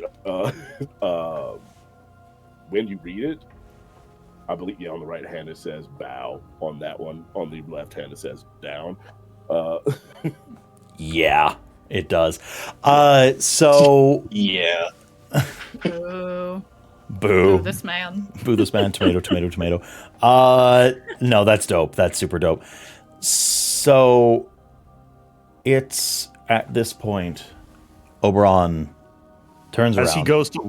As he goes to leave, Uptown just kind of walks up to him, and he's kind of like, he's got his head sideways, and he just, being in the presence of this creature is kind of like triggering something in Uptown. Everybody who knows him well is realizing what's happening.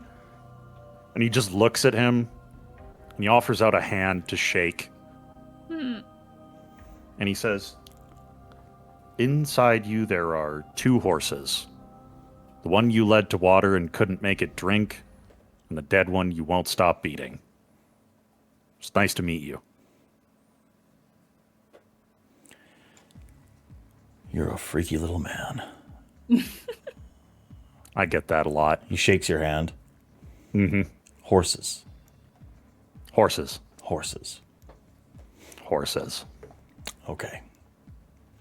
Mm-hmm. I'll call you later, Obi, she says over her shoulder. Yeah. So he came in through like a resplendent, glowing green gate, and he turns around and he's like, "It's not. It doesn't work the same way." And he takes the elevator. He's like, "I can't go both ways." He's like, "I came because I was summoned, and now no one's asking for me, so I have to go." You can take the stairs. I love or him the so window. much. I So have to take the elevator. Yeah, that's way less cool than I thought. There. Yeah. I look Yeah, at Liam and I'm like, I mm. told you he was hot. He's so hot. Right? He's so hot.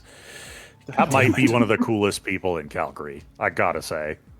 At this point, Lester and Tatiana have left. Tatiana got a little look of discomfort, and everyone would have saw the branches of flesh and chitin retract into the back of Tatiana, and the legs turn into actual legs, and her flesh would become a very realistic looking trench coat, high necked, that hid most of the features, and she only looked a little alien.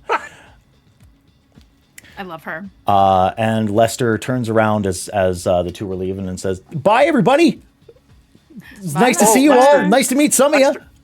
Lester, You I and need your Tatiana number come quick visit before you go. sometime. Uptown, you come and find me. Din-din's at 8. Okay, sounds good. I'll find Yeah, you. any night of the week. Any night of the week. It's like clockwork. Just show up. Okay. We can make some pottery. Just come and hang out, and we'll teach you how to do better than whatever you're doing with your with the hands and stuff like that. That's child's play. That's child's play. My wife is very talented. I am so on the Lester train now. This guy rocks. So you come by my place. We'll have a bite to eat. And we'll get you set right, because right now, you're drawing dicks on the wall, and you could actually be a real artist one day. I can see it. I can see it in your eyes. Mm-hmm. Oh, what was his name? Who? Right here. There's a guy. Dali. Salvador Dali once said that it took 4 years to paint like a master, but a lifetime to paint like a child. I'll be there. And Dolly Parton says that it cost a hell of a lot of money to look that trashy, so there's definitely worth to it. As long as you're doing it well, then that's what matters. You know what I'm saying? So you go ahead and come over anytime. A friend of Lupe's is a friend of Lester's. And then he turns around and heads on out. Fox looks around and says, "I'm not killing anything tonight, right? I can leave? I can leave, right?" Well, we're going after Grafton. he said Grafton's name. That thing. Tonight. He said whatever. Yeah, he said it was Yeah. tonight. You go and get Grafton. Texas is the one with the C4. You know what I'm gonna go and do? Now that I'm off the leash, I'm gonna go fucking hunt the Sabbat. That's what I'm doing. I'm gonna go find one of those fucking shovel-headed pieces of shit, and they're gonna learn that it's not okay to just sit in our domain. I'm not gonna kill any of them. I know that that's a faux pas, and we're trying to parlay with them, but they're not gonna shit on my fucking doorstep. Not anymore, because they're clearly in the fucking city, because Trevor, and he looks at Trevor and says, "This fuckhead has no goddamn security in the domain, and Texas is too busy killing a fucking Archon, so I'm gonna go be the fucking hound. I'm gonna be the scourge, and I'm gonna go make a mess. I'm gonna go bark. Piss on your leg and tell you it's raining. Big dogs bark. Before they leave, storyteller. Right. When I was looking into Alexis and I discovered that there was Sabbat activity. Yeah.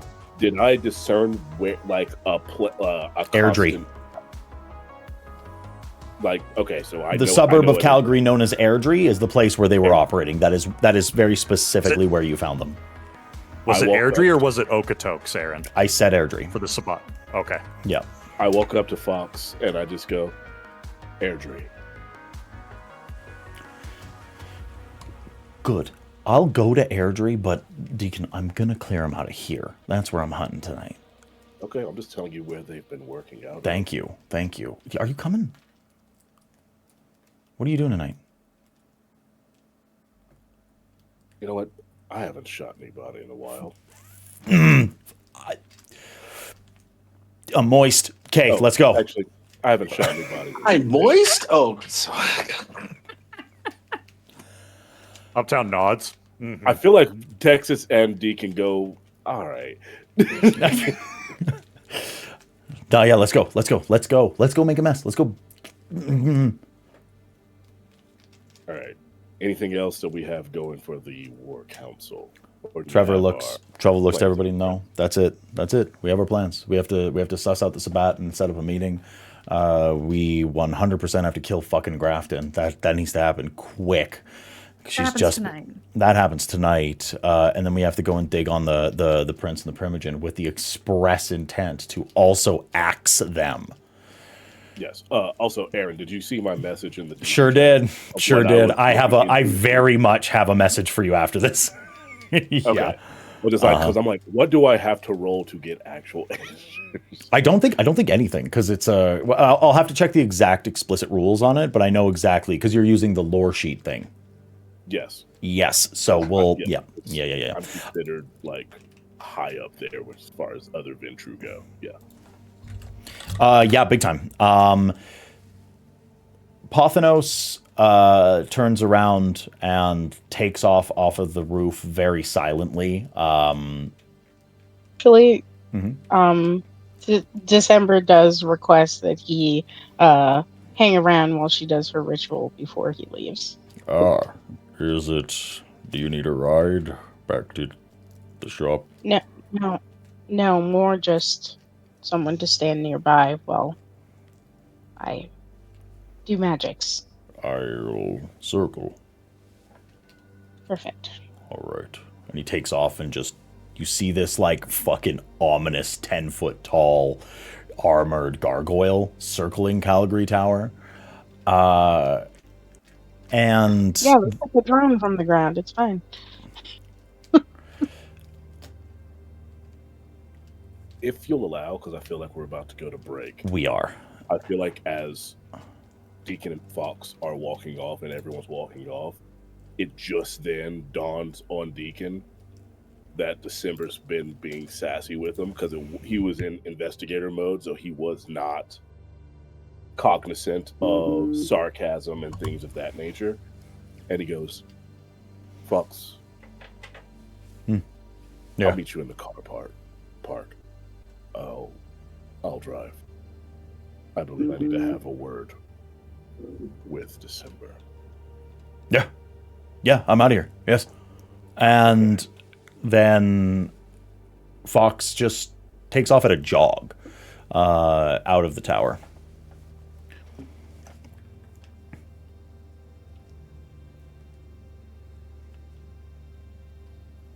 Do you have an issue?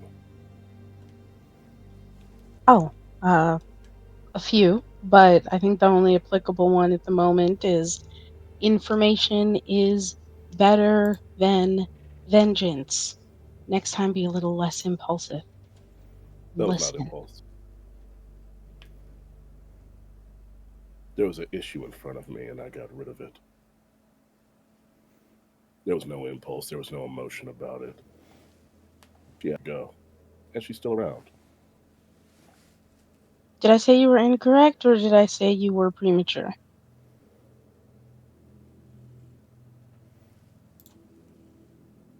Anyway, now I have to go looking. Now I have to go looking instead of dealing with the problem up front. So in future, consider my words before you disregard them. And consider learning how to keep a lower profile. Because that's the place you've put me in danger. There would be no problem if you can keep your shit together, December. She's a problem you made. And a problem you aggravated. And She you was aggravated twice by sending that creature to flee towards my haven. Luckily, I have a new friend to take care of those sorts of problems for me, so think it through. Can you fight? Does it look like I can fight? Exactly. I didn't feel like fighting that. Texas was dragged away. It was me in Uptown that had any capability to combat something. They were on a mission. You couldn't be seen, but she was casting magic to find you. I did what needed to be done. You can be mad at me. I'm not emotional about it. I'm not mad.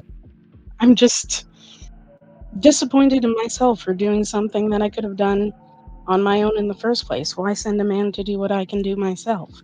So next time I'll know not to rely on you and instead take care of my own issues. You don't need to rely on me. I asked you for a favor, and what you asked in turn was for me to look into her. And share information. I didn't get any information back. I just got an unwelcome visitor. So thank you very much for following through. I told you the moment I found out what she was doing. That happened to be at Elysium. That she was involved with the Sabbat. I can't control time frames because I'm not the Baron. The Baron does pipe up. Why are we arguing? Why now? I'm not arguing. Why here? I'd like to know the answer to that as well. Why don't we squash this? I was sleeping. I realized that she was being sassy earlier. Sassy? Is it being sassy or is it just being clear about what resources I have available to me now? Are you talking about the big gargoyle in the sky? Yes, one of my new friends. What does that have to do with me? D, come on. That's enough. I don't understand what's happening here. Nothing's happening. You're thinking too much again. Let's go. You are very strange. For what it's worth, I'm with December on this one. I truly don't understand a single thing that is happening. The creature fled to my home. Pothanos took care of the problem. Had you allowed me the opportunity to find out more information about what they were looking for, maybe I wouldn't have been going home into a trap. Luckily, someone was stalking me and being useful instead. That's the long and short of it. He looks directly at December and goes, all right. And then he just walks away.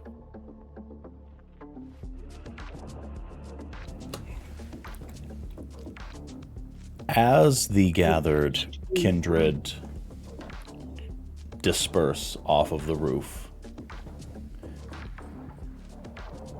Trevor looks to Lupe and says, in a little while we should talk. All right. And I think there is where we are going to take our human break, everybody. We're going to be back in 10 minutes. So, first of all, thank you. Thank you so much for coming in. Thanks for the raid. Thanks for the subs, the bits, the love, the viewership, all of those things. We appreciate all of you. Welcome in new people. Welcome in old people.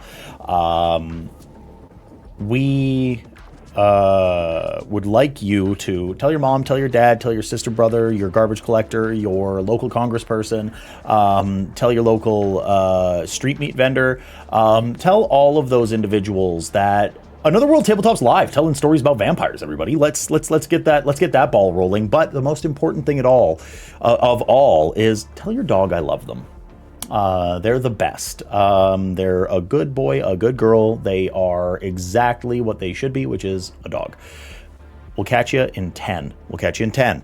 Don't go anywhere. We'll know if you do. Hello, everybody. We are back. Did you tell your dog that I loved them? Thank you. I know you did, because everyone loves dogs. It's here that we're going to pick right back up with Lupe and the Baron and Liam, because he is also present. They are the three remaining sitting on the roof, standing on the roof in front of the gigantic pillar of flame that is the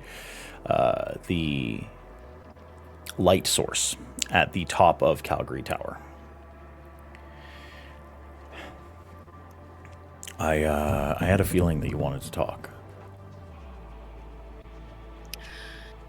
Well, I do. I had a suggestion. Yeah. Of something to perhaps keep in your pocket should we need it. Okay. I don't know if you recall, but the prince did say he wanted Liam and myself back in the court. If we have trouble using the app we discussed, we could use that as a backup plan. I don't like it. No? All right. It's...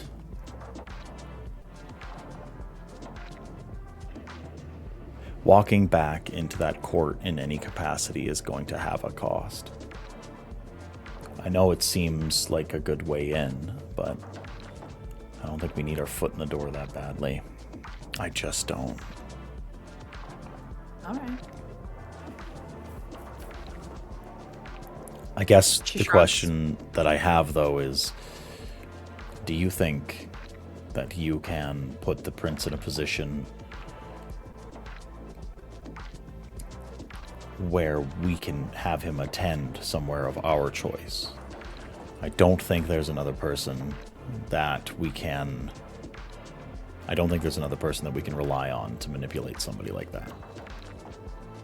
Aside from Raton Brees' contribution, False Elysium would be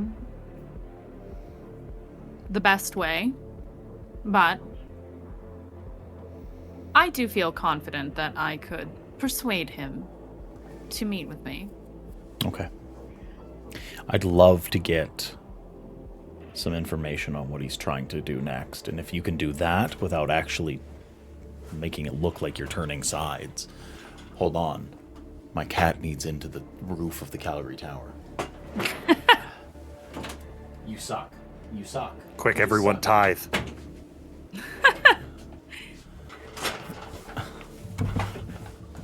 She's so needy. She hates closed doors. Oh my god, can't close a door in this fucking house. So if you can get this done without actually turning sides, and you can manipulate your way into getting some more information, we need dirt on him. We need confirmation that Lydia, and in the same vein, Lydia, if you can go and speak to Lydia, I think you're the one that's on the least horrifying terms with her. She never hated you. I would agree. No, she did not. Well, I mean, I guess I don't know what the hell she wanted or what she liked or not. She was a triple agent. I don't even know anymore, to be honest. But if she's keeping up appearances, then maybe you can make her slip. Set up a meeting. All right. Okay. Do you want me to do that now or save it for later? I think this is a later thing. I think it has to be. All right, then you let me know when you're ready. I will. I will. Soon. It will be soon. Liam. Trevor looks to Liam. Liam looks to Trevor. Trevor. All right, everyone be friends now. We are. I like Liam, says Trevor. And Liam looks back to Trevor. He's great.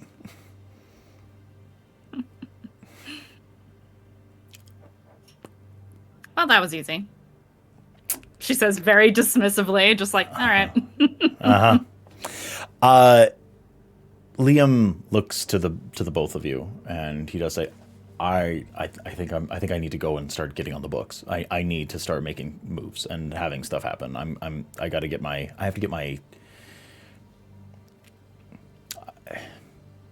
have to start getting ready to shut streets down and to work on disinformation. I have work to do. Yes, you do. Especially if things are going to kick off as explosively as Texas alluded to. I need to get moving now. Yeah. All right. Go do your thing. I have to go and make 150 pounds of C4 look like a gas leak. If anyone can do it, it's you. Yeah, I gotta go. And Liam takes off. And Trevor says, before you go, what's up with Oberon? What do you mean? What? I don't want to sound uneducated or out of the loop, but I guess as plainly as I can say it is, what the fuck was that? He's a changeling. Nice. I met him on a job some time ago, and I did him a favor, and as things go, they must repay a favor, however small. Reciprocity. Yeah. Yes. Okay. I get it. No, I like that. I like that a lot. I like that powerful people owe you things. That's enticing and important and fun. But... Well... What the fuck was that? What do you mean? He waved his hand. And I forgot Grafton's name. It was gone and then it wasn't. He's talking about Enkidu like he's an old buddy? Who are we talking to? He's a king of some sort. I've met kings. People that lord over domains and have long storied histories. That's not a king. That's a weird demigod DJ mix up. We're going to put a pin in this. I have a lot of questions that can be answered, I'm sure, another time, but I have those questions because he lives here in our domain, and that's frankly he's been here. Yeah, that's worse. That's a worse thing to say. He's been here longer than I think any of us have, perhaps. Even worse. He's not going to hurt anyone. Probably. Okay. Yeah. I'm gonna go. Okay. I'm gonna go. I can give you a crash course, perhaps on a night when we're not actively at war. Date? Of course. Tremendous. I'm a quick study. All right. I gotta. Yeah. I know. I'm gonna go. I have things to do. I have things to get in a row. I gotta get a package ready for Deacon. Yeah. She's gonna do that thing that she does usually to human men to get them to crumble. She does a little boop on the nose.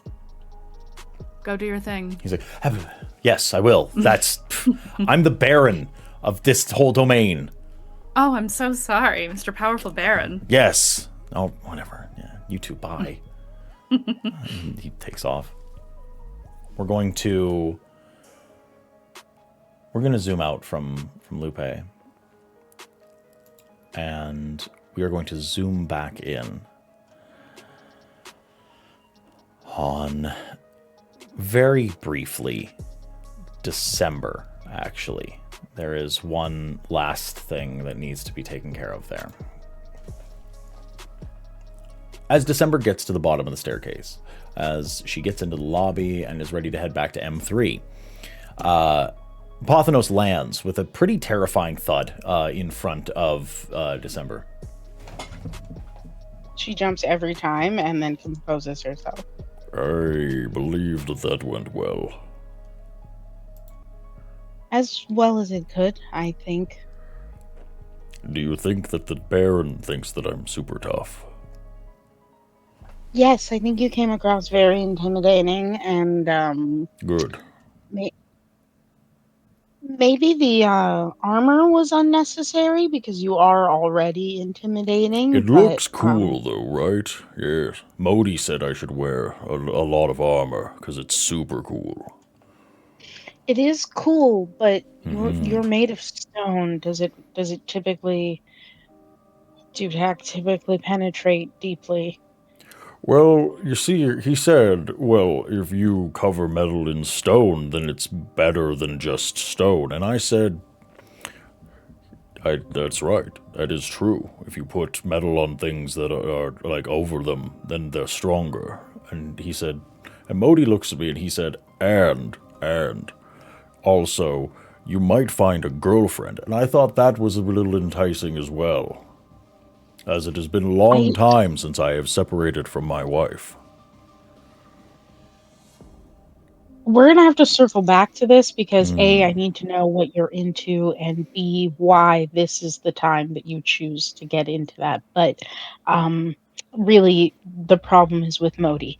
So I do have a question.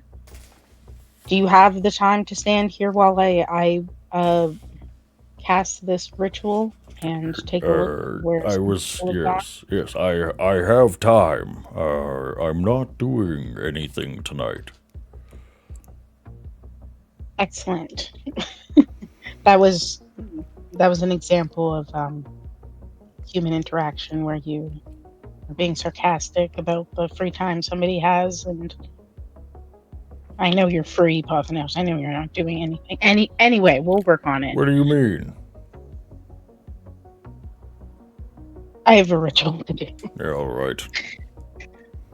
And December is casting Illuminate the Trail of Prey, getting her blood out and drawing her symbols.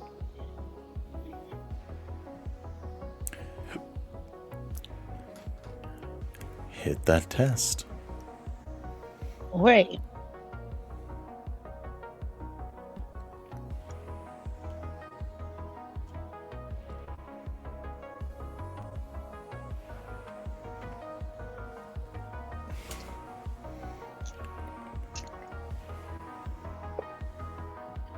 Ooh, I do get hungrier. Okay. Yeah.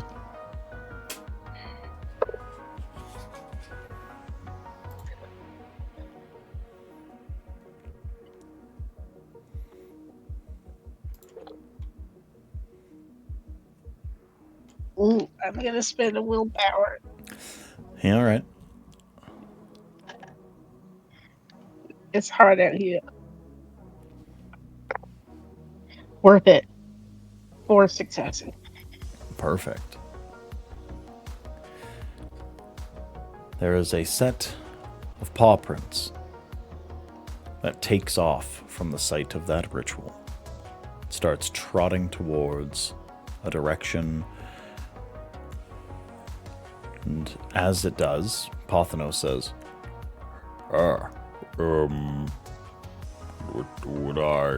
I'm supposed to, do I follow it?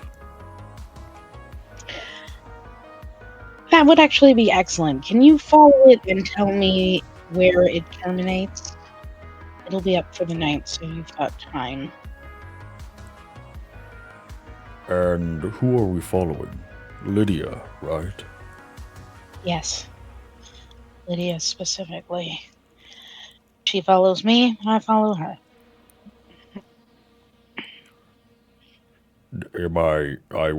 I know that Trevor said some things about not hurting and that, but I dislike Lydia. I find her repugnant, and given the opportunity, I would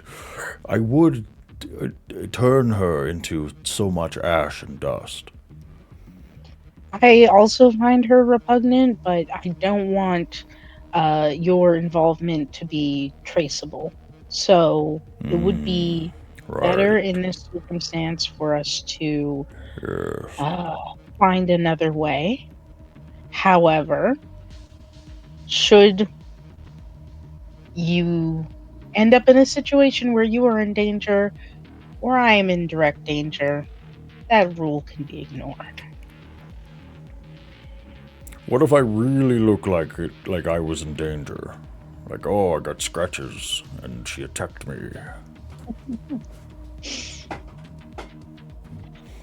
Optimus, you are your own man. You know what you could do. You know what I have asked you to do. Yes, it's just the laws. The laws in these nights are different. They're so strange. Like, I can't just kill someone because they're being the worst. And it used to be so much easier that way.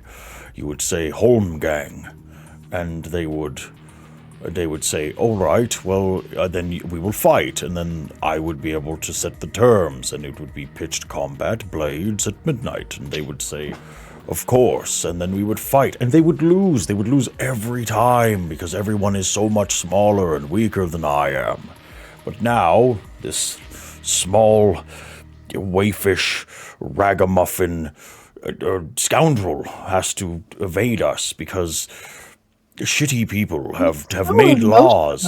Well, I'm rather upset. This lady has caused strife for many, it would appear, and she deserves to be throttled and thrown into the fires of perdition.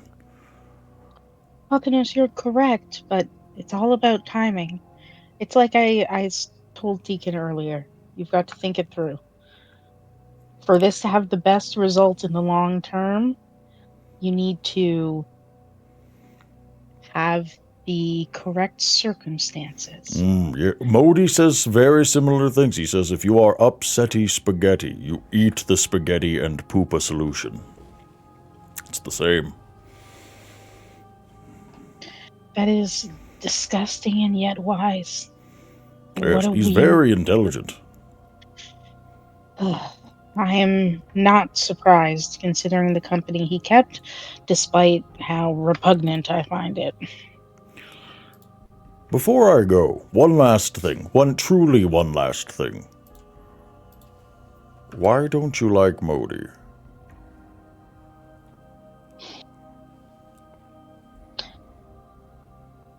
It's not that I don't like Modi.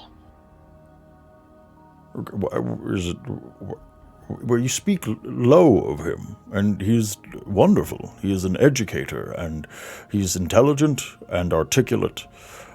He is willing to go out of his way and take slivers of his own time in order to make room for others. He is generous, and he asks for very little in return, and he is just and full of the warrior's spirit, although he says he fights in some space that he has called cyber. It is different, but he is warrior nonetheless. So why? He is basically on a very fundamental level. He is the same as I am. There's one large difference between him and you, and that's that he could choose to be elsewhere, and he could choose to be less of a dick about it. He has been extremely useful to us, and I appreciate his skills. I don't dislike Modi. Do I enjoy spending time with Modi? No. Well, we are welcome to our differences of opinion, but I suggest that perhaps one night you and I and Modi, we get together and we drink and make merry. Looking at him makes me think about the pyramid. It's really, really difficult to let go. He's mentioned it. He's mentioned it very many times. Does looking at me remind you? I was a fundamental part of it for some time. Did I ever see you in it? No, but he actively fought it. I didn't. He didn't have a choice. So no merrymaking. Where he was. Are we not? Give it time. He says he wishes to try your macaroni and cheese.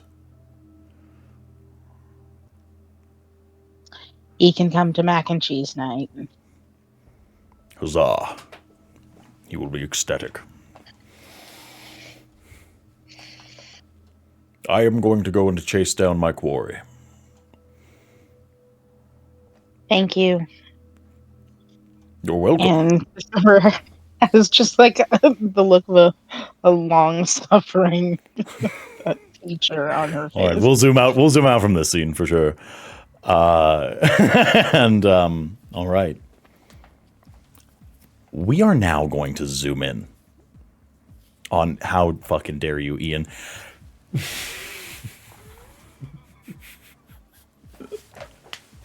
Y'all, specifically right now is the perfect time to join the Discord. I'm putting it in the meme chat. Please join the Discord and look at the meme chat. I don't think there will ever be a better time, other than getting updates on what we're doing here, but there'll never be a better time, everyone.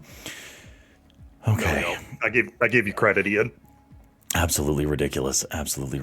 Okay. We zoom in on Texas and Longtooth and apparently Uptown, sitting in Texas's apartment of all places in order to go over this battle plan. Longtooth looks to Texas and he looks to Uptown. All right. I've been lurking. I've been looking. I've been browsing. I've been snooping. I've been sneaking.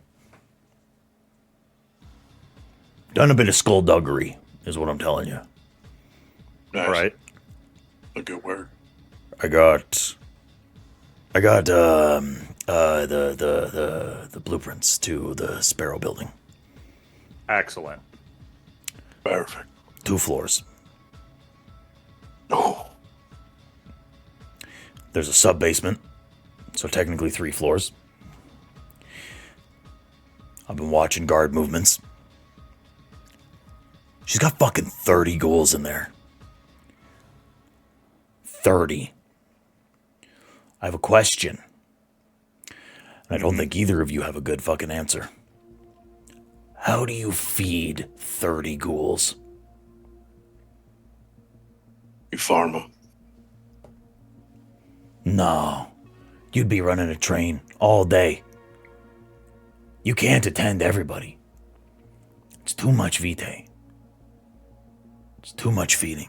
It doesn't make sense. 30 fucking ghouls? 30 in one building? Who knows how many more she has? Where does she get in the blood? And probably could be able to use that to our advantage. Somebody's got to be hungry. So they're going to be erratic. Okay. Longtooth puts the blueprints on the table in front of the two of you. The kitchen, the little Spartan kitchen table that Texas's apartment has. There is a blueprint of the first floor, a blueprint of the second floor, and a blueprint of the sub-basement. All right. First floor, art galleries, storage, a warehouse for receiving, and there is a very small amount of meeting space. A few meeting rooms, places where I'm sure the administrative things for the building happen. About half of the guard rotation moves throughout this building at a time. About 7 or 8 people milling about that floor, give or take. Second floor, artist housing. That's where people are sleeping. That's where people are staying. That's where in-house artists are applying their trade. That's where people are going in order to do their big art tours on the fucking first floor. It's almost exclusively housing.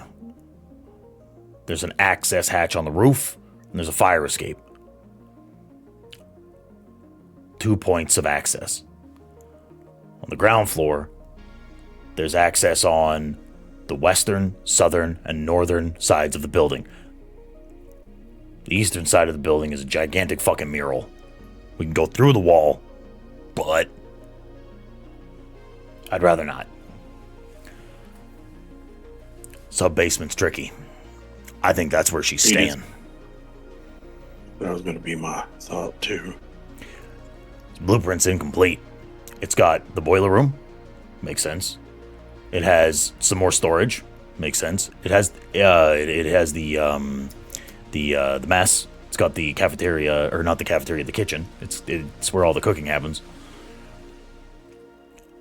And here's where things get a little weird. There's a lot of fucking negative space in that basement. A lot of fucking negative space. Doesn't make no sense. The reason why it doesn't make any sense is because there fucking should be structural supports in the spaces where there is negative space. So this isn't adding up. These got left out of the fucking blueprints. I couldn't get access to better. So I think the way it's got to go is this. We go in. We axe the mortals. Done. We move downstairs.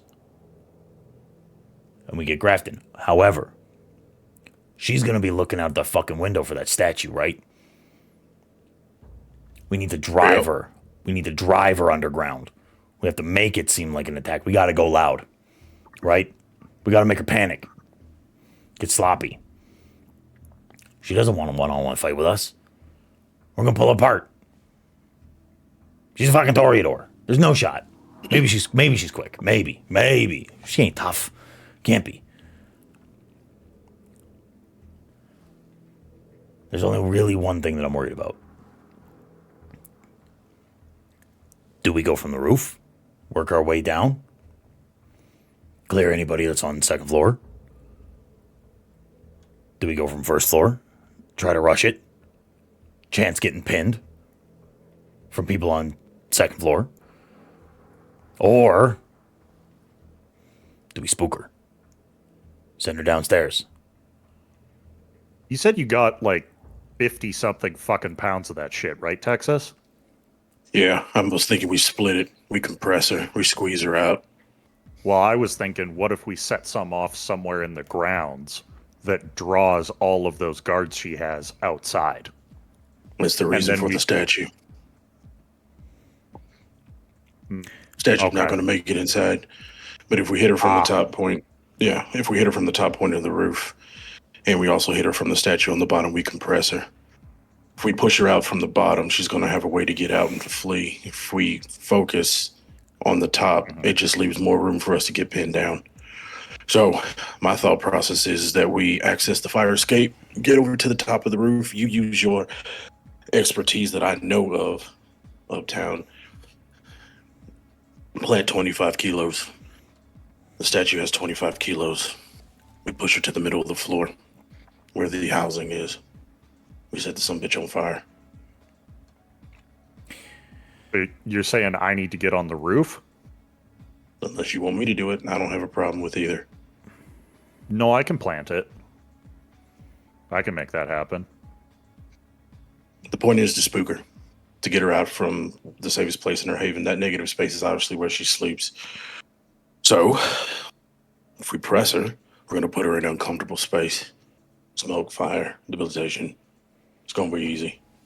Aaron, I'd like to look at the blueprints. Yeah.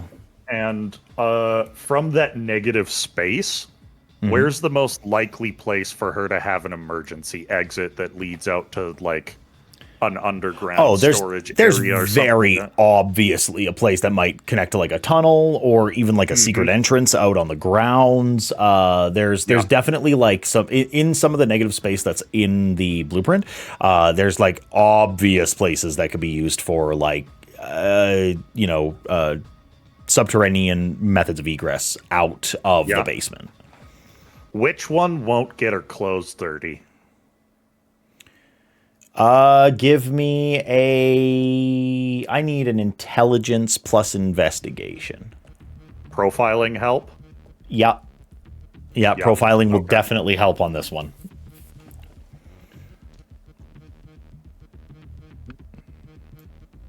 Arouse the blood. We're good.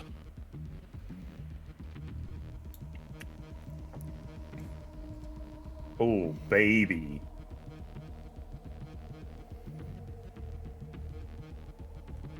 That is 10 successes, critical, not messy. Okay.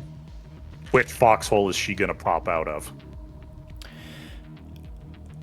There's very obviously an opening on the grounds that will pop out. That's where she's heading. And if you push her, if you get if you and Longtooth push her to that entrance, it would be so unfortunate to have a Texas standing there waiting. Yeah. I walk up, and I think for the first time, Uptown's predator type really starts to come through. He's a Montero. His whole thing is maneuvering people point to point. There's somebody waiting there. He knows exactly where his prey is going to come out, where they're going to be. And he looks at Texas and he goes, "You wait right here. This is where she'll come out." I can do that. You let Longtooth and I make a mess. We'll scare her. We'll set this fucking ungodly amount of C4 off. And she'll come running right to you. Additionally, and then Aaron, this is from like a couple episodes when I requested that time to go gather resources. This is like the last little bit of shenaniganery that I have. Yeah. Additionally, just more so for the mundane or the kind that are out there, they might need some discombobulation too if fire wasn't enough for them. So he like hands like a smaller bag over to Uptown to decide what to do. And there's 4 40mm artillery flashbangs, CTS. It's not going to cost too much, but it's going to blind them. I know exactly what to do with those. Perfect. I figured that you would. Longtooth, do you know how to use these? I have Google. Okay. Uptown kind of like just pull here, throw. Like they're not that complicated. Shithead, I know how grenades work. I'm fucking with you. Yeah. Like Call of Duty, you know how to do this. Yeah, exactly. I was indoctrinated by the military industrial complex pumping out games. Like I'm everyone else. I know how to point an M4 and I can make a fucking grenade work. Okay, very good. I'm giving you 2. We're gonna toss these into rooms first before we set all of the big fireworks off. We're going to make it seem like we're storming the place. I want to make something evidently clear, too, and I don't think I'm going to get too much of a pushback on this. I understand what was said on top of that roof. I'm not a politic type person, right? I want to make this as loud and as bloody as we possibly can muster. There needs to be a sign that this shit's not going to stand. I want people to be scared that someone is hunting them from the inside. So, whatever reservations you may have when it comes to taking a life, I'm gonna need you to leave that here. Because I'm not gonna hesitate at all. And I'm a little hungry. Don't you worry, pal. Oh, it's gonna be just like the good old days. Yeah, I already told you. I told you, man. I'm in for a penny, in for a pound. I'm ready. I'm willing. I'm able. This is gonna be fun. This is probably gonna be the most fun I've had in quite some time. Fucking make a mess, buddy. I'm going to take a moment to center myself, and then we'll move out. So what time is it, Aaron? You're sitting at like maybe 10 to 11 p.m. It's Canadian winter. You've got another 8 to 10 hours of darkness. All right. It's 22 right now. We'll leave out at 22:30. By the time we get there, it should be 23. It's about that sort of a jaunt right there. Out. Or Okay. I'm ready. so We taking the bike? I need something from my car. But we're not taking I'll the be car. right- I know. I need something from my trunk. You need something from your trunk, is what you said. Yeah, it's just outside. We'll be fine. Do your thing. And Texas walks to his room like if and everyone here is extremely perceptive. After he like gave time point click orders, his eyes widened and they like and then narrowed, and he's looking at the ground as he's walking to his room. When he gets in there, he doesn't turn on any lights. He stands to the nearest window. He looks out the window and he takes off his jacket. He takes off his colors.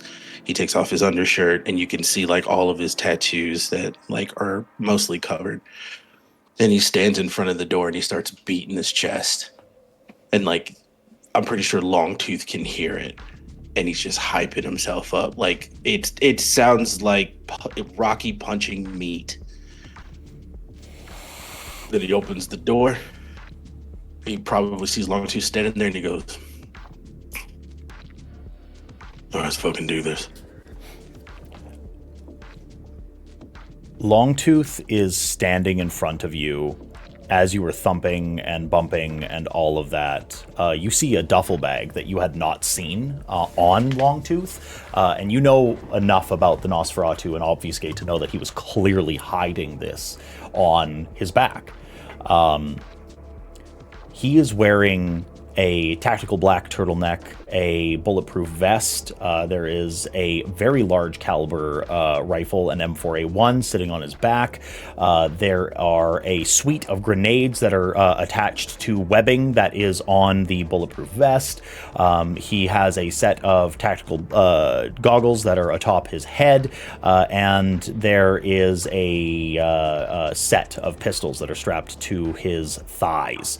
There are multiple magazines that are also strapped to him, and you notice something a little bit unsettling, but it's that macabre, ready to die kind of humor. And there is a claymore strapped to his front, the mine. And painted in a very vibrant pink over the actual letters is the point towards enemy.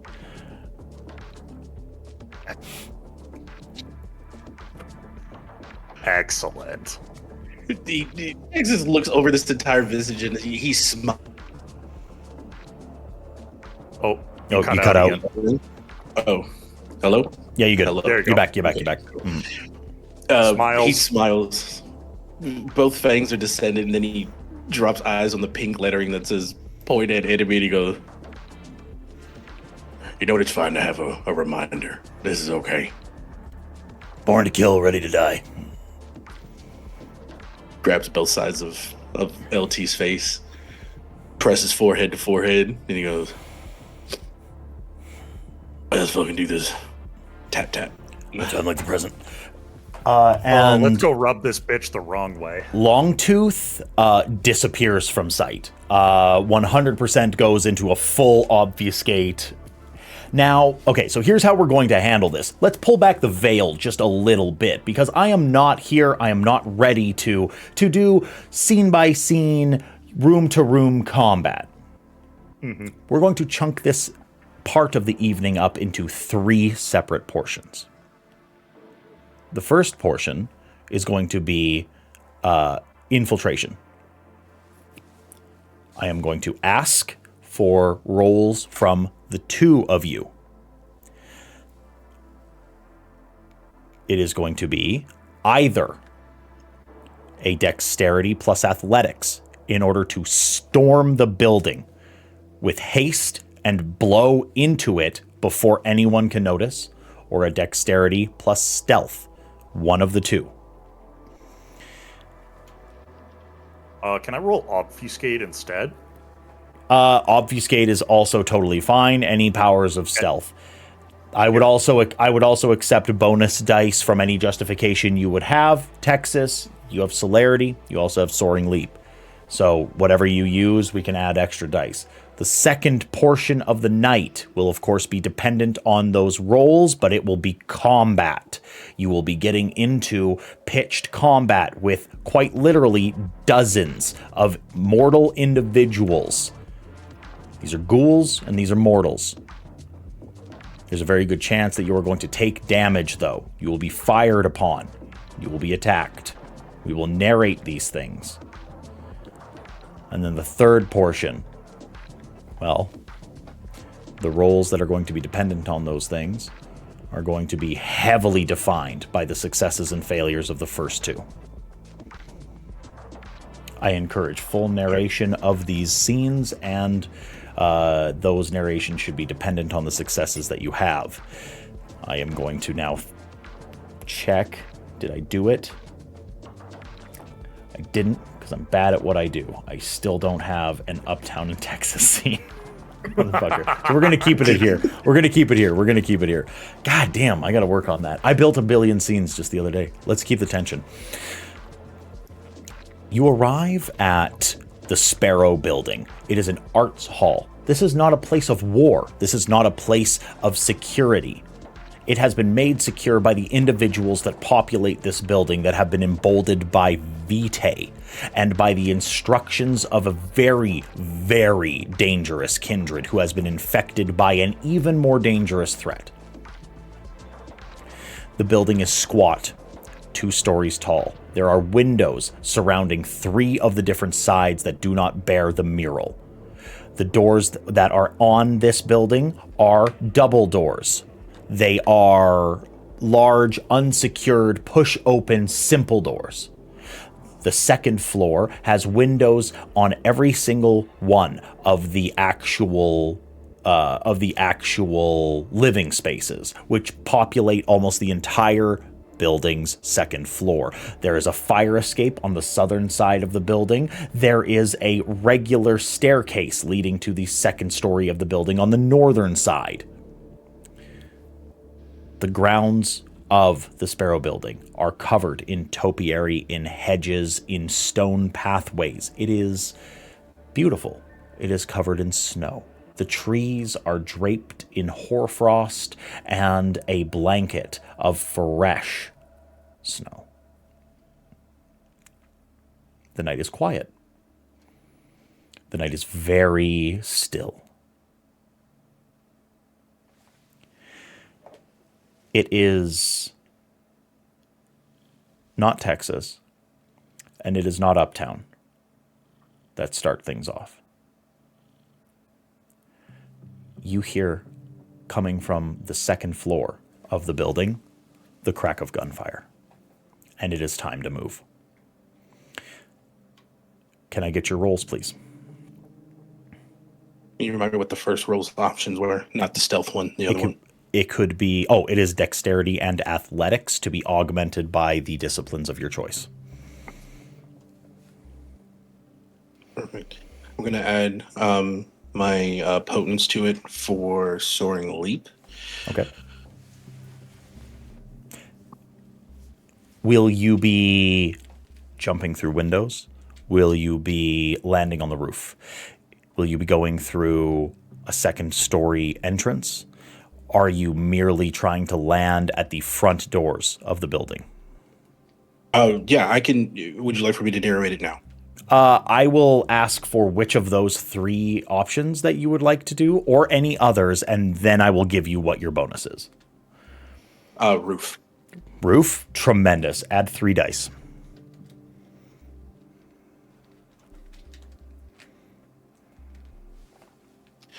Ooh, this is gonna be real bad, y'all. Okay.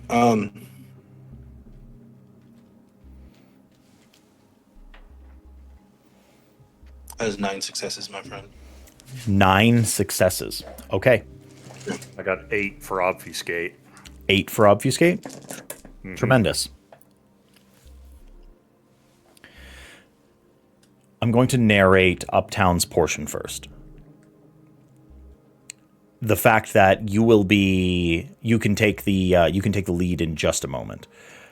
Your obfuscation is obviously going to be used to infiltrate the first floor of the building. Well, if I hear these guys going for the roof and the second floor, then yeah, I'll go in the first. There will be just over a dozen individuals that will be looking around, searching for you.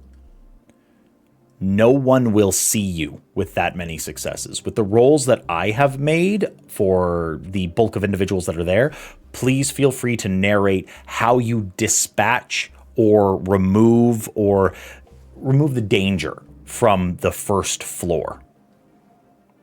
I think Uptown's a lot more methodical. He's a little less messy because he knows that there's a Nosferatu and a Bruja here with him to really go for shock and awe. So I think what he does is the first thing he does is pulls a fire alarm to get everything real loud, get people already inclined to leave the building, as it were.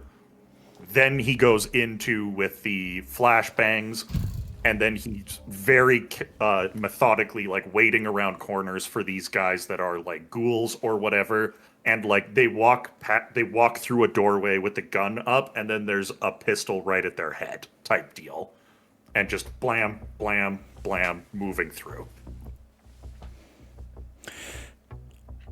The vast majority of the guards have been dispatched on the first floor. Uptown, you have been methodical. There are blood spatters and panicked ghouls all over. They cannot find you. You are zipping from obfuscate to a shot made to obfuscate, behind a door, re-obfuscate. You are slitting throats. You are destroying the cohesion of the guards. And then we are going to shift up to Texas. You land on the roof, and you are immediately peppered with sniper fire coming from an adjacent building. This comes to a fairly immediate halt as you see the flash from a window in the second story of the Sparrow building. Longtooth has dispatched that individual on the other location. How would you like to dispatch the guards that are on the second story? As soon as Texas, I always like to do this. Content warning, gore. As soon as Texas gets onto the second floor, he takes those shots and then sees that that's already been dispatched because of Longtooth. In traditional fashion for Texas, hops on all fours and starts sweeping through the entire second floor. Each person that he comes across, it is just an immediate pounce, whether it's in their front or from behind, and he is tearing into shoulders. He's ripping limbs. There are chunks of people that are being strewn about, and he is purposeful about it. He is making a splattered mess. He's tossing limbs and heads and torsos out of the window onto the front yard, causing a scene, causing sign. And if anybody was in a room and he didn't notice them, they would just hear what would be the equivalent of a full bride of lions tearing through me. He is covered. Hair slicked back, wet from blood. Hands covered in gore, viscera. Chest exposed for the homies. And he continues to prowl. And as he's finished taking care of everyone on this floor in almost a DMX fashion, he's just there, just...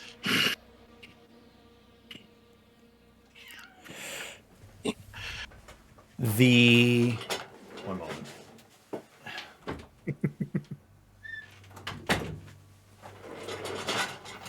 The disturbing and hyper-violent destruction of the guards on the top. They start to fall one by one, the gore and viscera dripping from the walls, from the ceiling, from your hands, from the bodies that you lay into, that you leave torn and destroyed. It is at this point that both of you will take 3 stains. This is such gratuitous, obvious harm done to a mass amount of individuals. This is a degradation of humanity, and you feel it start to set in.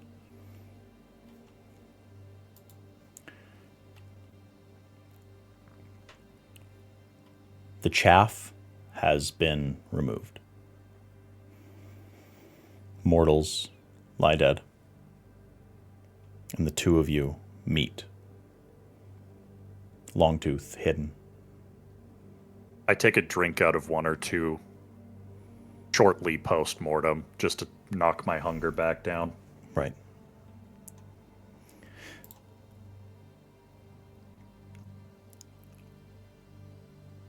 It would seem as if this building was a little more prepared than you thought.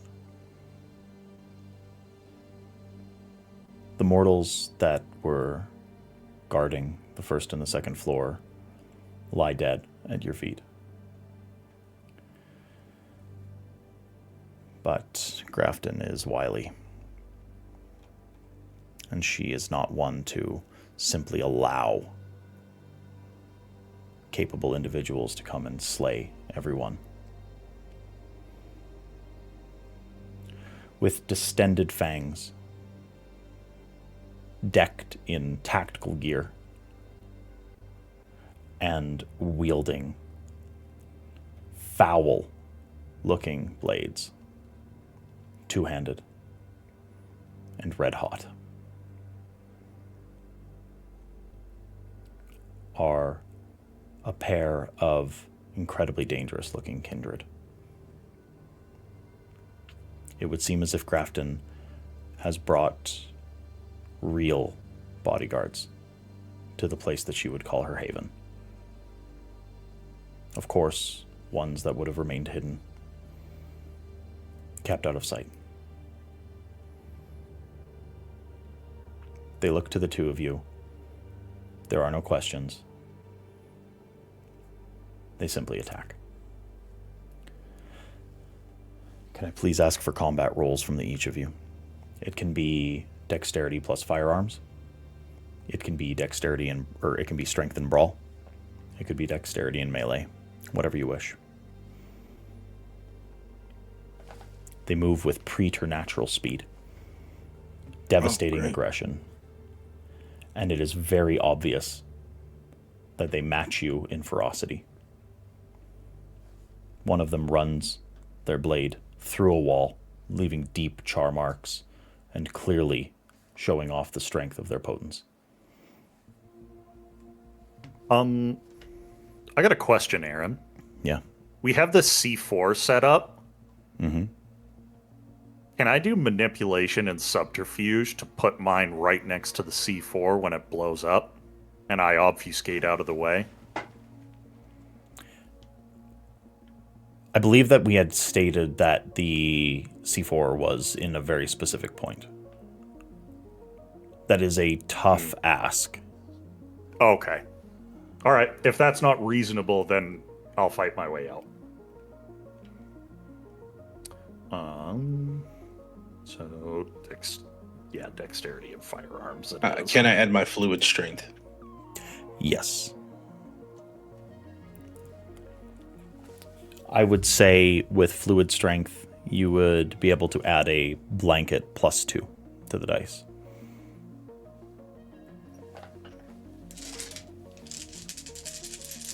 You will, of course, have to beat the successes that I roll.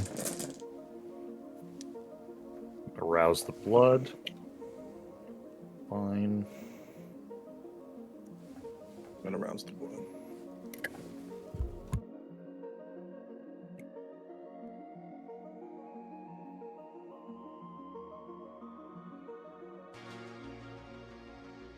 I'm comfortable with that. That's 11. I'm going to spend a willpower.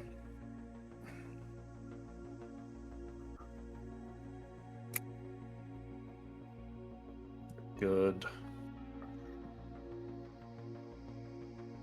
8 with a critical. And Dragon's Breath for these guys.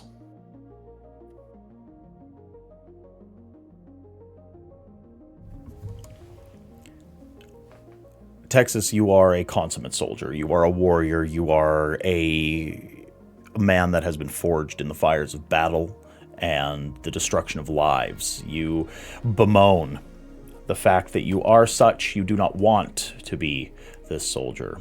You have always said you want peace, you want space, but the fact remains that you are truly a professional death dealer. And it is not long before this individual is laid low. They do not strike you. They do not harm you. You take the blade from them. I will allow you to narrate how you take apart this individual.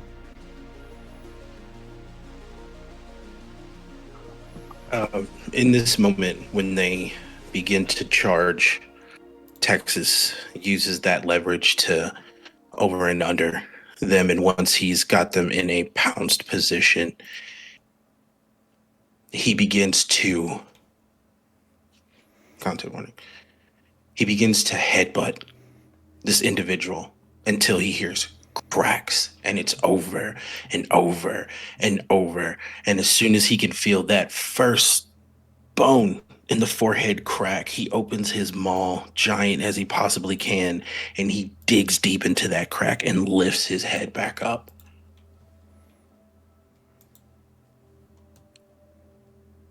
Stands up slowly, grabs one of the blades,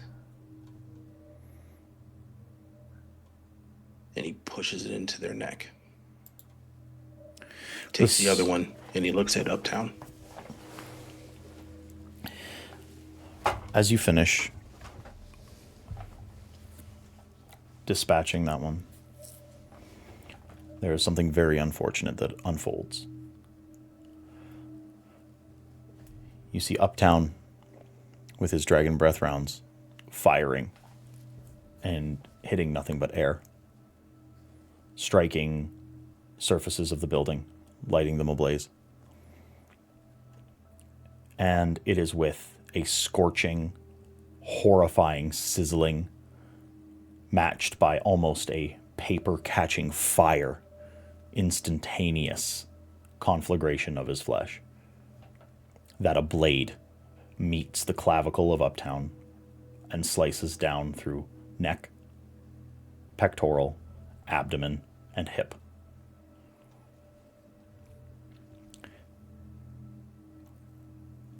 Uptown, you will take 4 aggravated damage.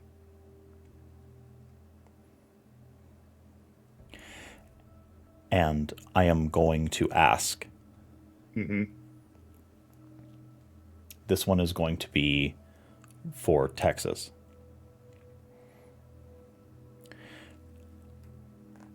Are you willing to waste the time in order to help and save Uptown? Or are you going to hunt down Grafton?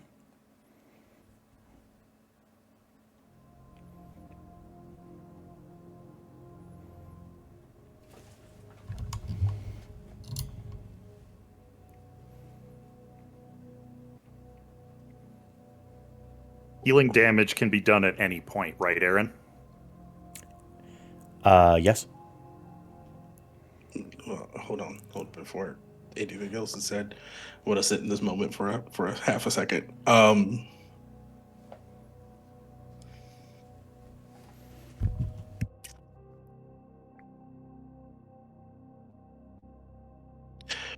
Texas sees Uptown. Get that slice. In Uptown, if you can see it, there's no Texas. There's only Beast. Then he jumps away in pursuit of the Archon. The last thing you see in Uptown's eyes is a look that you know well, and it speaks Get the job done, soldier. I knew what I signed up for. Texas is gone.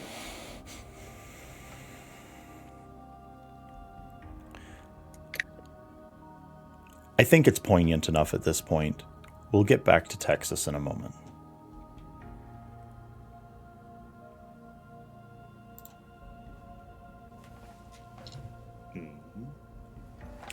Uptown, you stand in front of this individual, this blur of a vampire. You've landed some hits, but they have scored you greatly. And I think before you finish what you're saying, you need to know. You're right, I can't heal another ag because I already healed one tonight.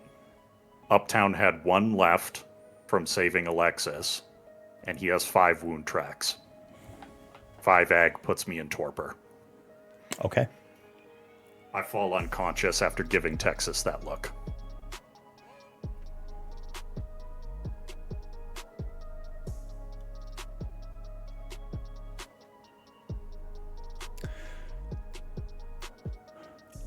Okay. The fate of Uptown is going to be resolved at a later point. And for the folks at home and the other people at the table, we are just going to have to wait.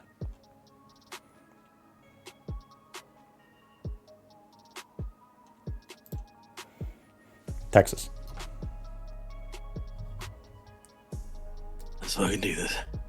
You sprint, you run, you jump, you leap, you claw, and you make your way to the entrance of the sub-basement. I have a question, though. Are you going to try to flush her out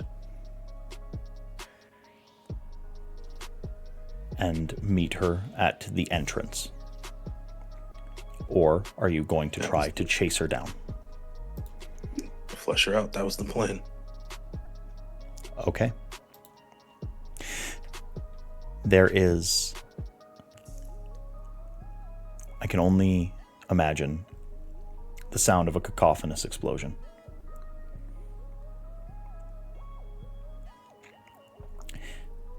There is a grand shaking of the air. There's a fireball that goes up on the grounds, and you start sprinting towards that secret entrance.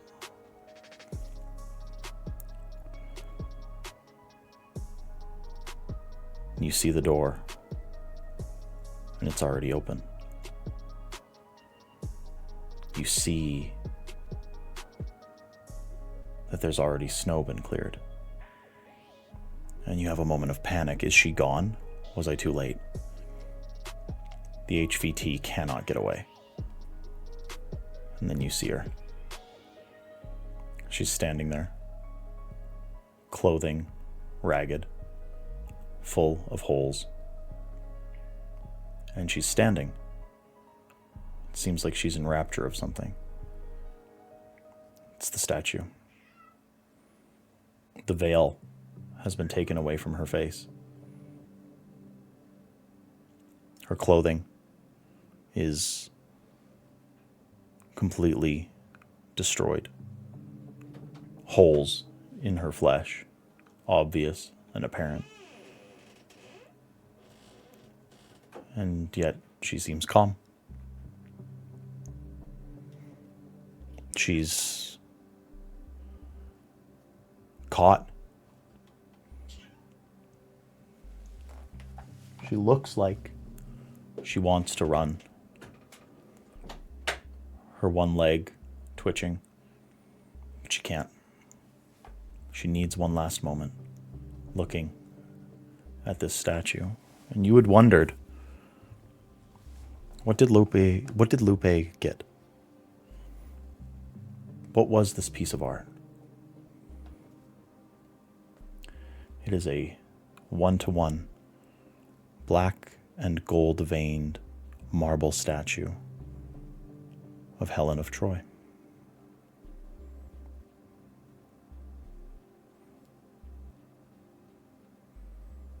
And so she stands.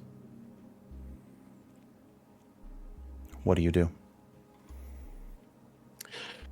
I approach, I'd say about a couple feet from behind her, and I go,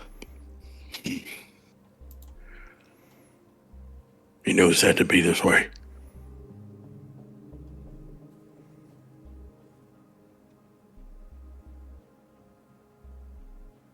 Better make it quick.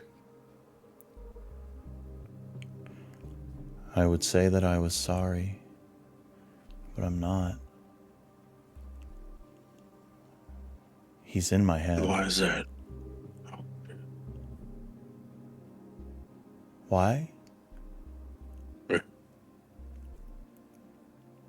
Because the truth is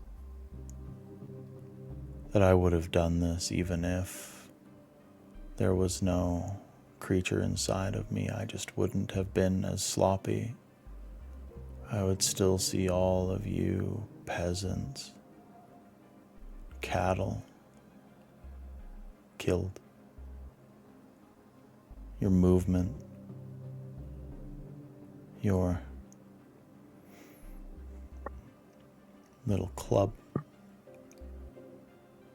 I would have torn it all apart. It's ugly. And she turns finally to you, like you. Ugly. Disgusting. Rabble.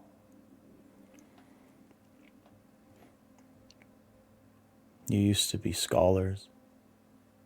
You used to be warriors. Now you're just a blunt instrument. Kill me, Texas. Do what your master says. You know you'll never be free. Not from people like me.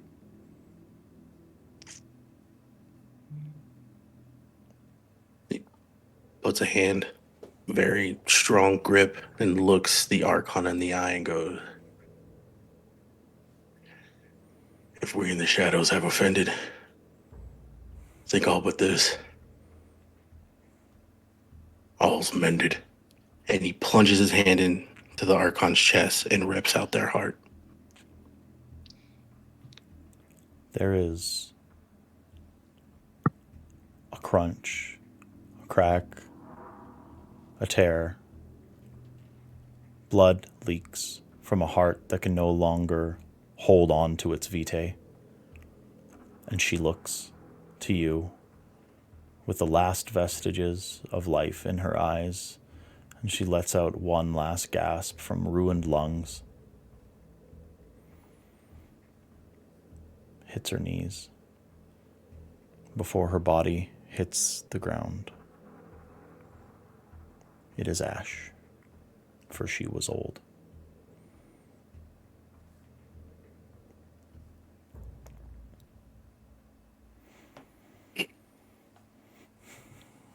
Do I have time to go get uptown?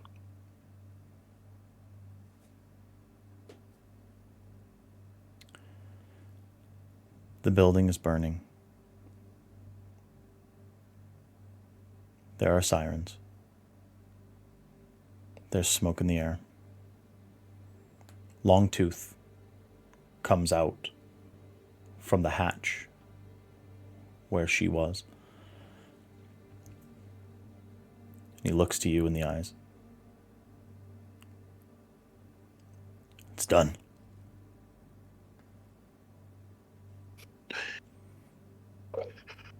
And things are starting to settle for a little bit for Texas, and he goes, "Second floor. Uptown's on the ground. We need to grab him. I don't care what state he's in. I don't care what it is. We need to get him out. We will figure the rest out later."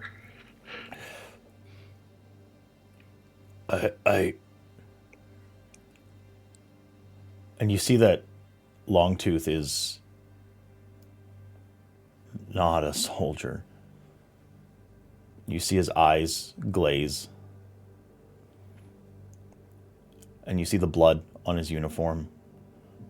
And the spent magazines. And the holes in his body from wounds that he took.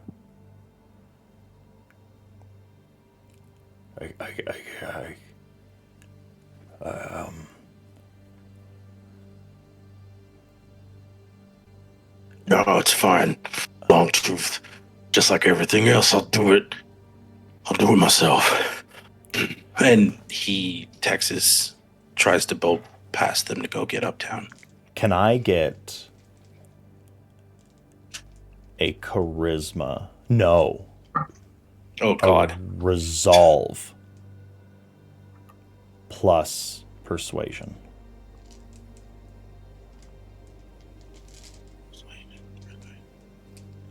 No intimidation? You're not intimidating him. He's not scared. All right.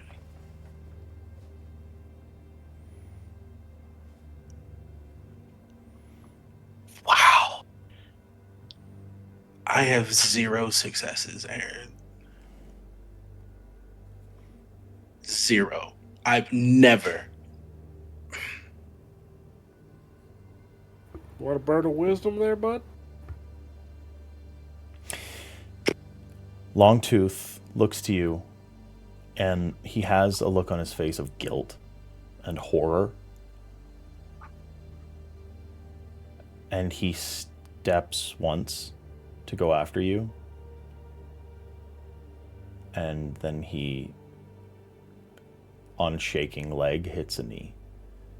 And Longtooth, who seems this silly, fun, capable individual, starts to weep at all of the death that was just dealt.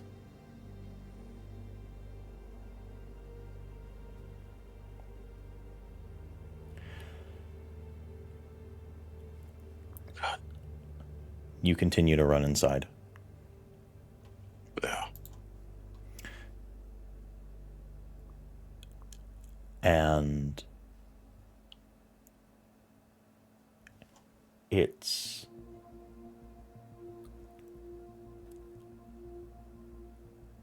unsightly. Uptown is not there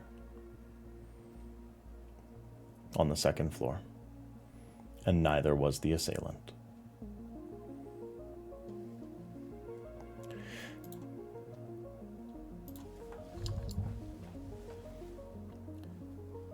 There is one piece of Uptown that is left there. And it is a hand. And that hand has been burnt black. And it has been nailed to the wall.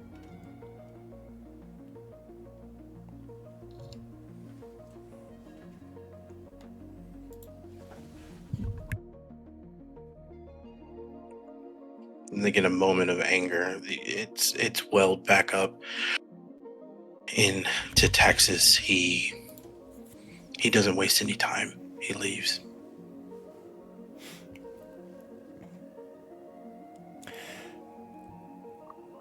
You leave. Longtooth is still collapsed on the ground as you go to run. He seems completely despondent. Is that something that I know?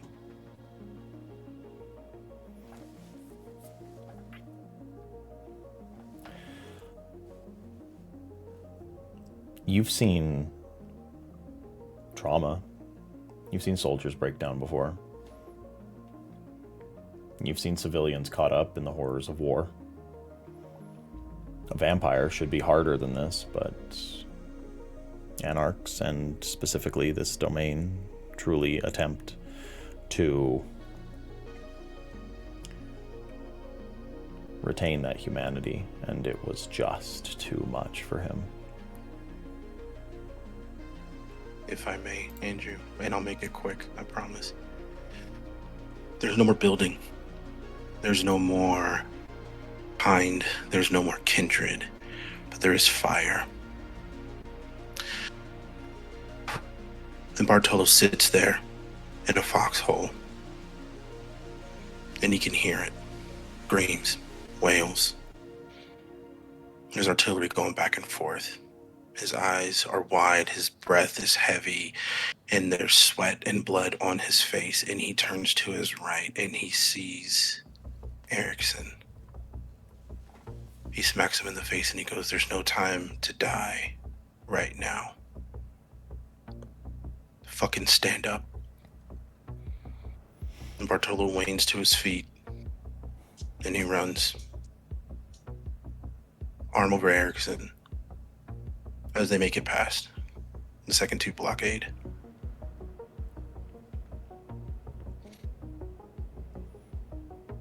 Then Texas turns around and goes back into that escape, reminded of that foxhole. He grabs Longtooth by his legs and puts him over his shoulder, and he does his best to get his buddy out. Longtooth isn't limp, but he does allow you to pick him up and take him away. He seems catatonic near. And as you run through the smoke and the ash, the heat, past sirens, past vehicles, cars, and all of the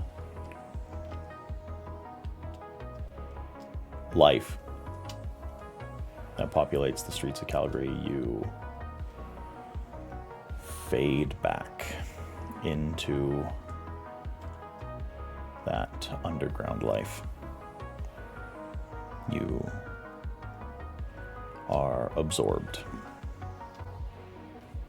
back into safety, away from the danger that you were just in. We are going to zoom out from Texas.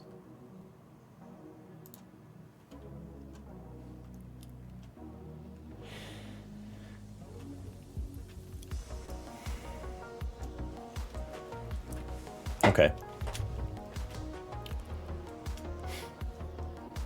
One of you is missing.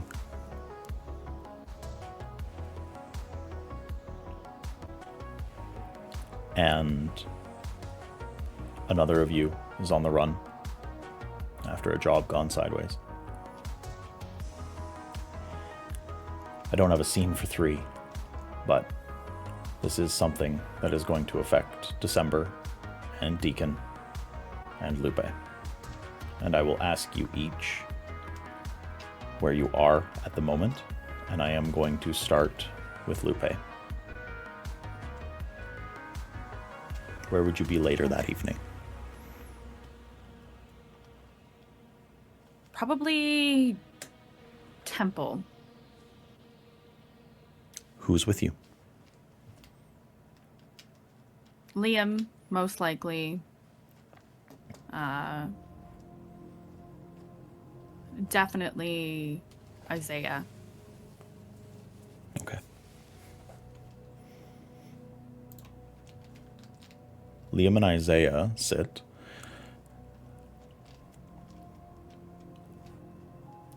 Isaiah keeping his eyes to the door and doing what he does, the behemoth of a man, keeping tabs on the security of the building.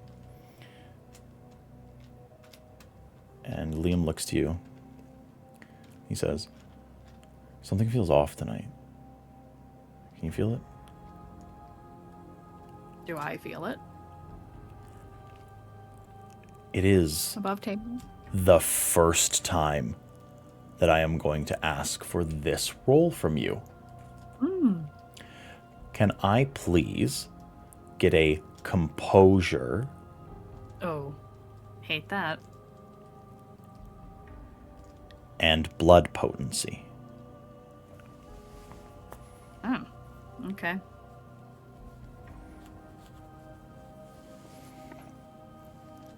One success. It is a 10.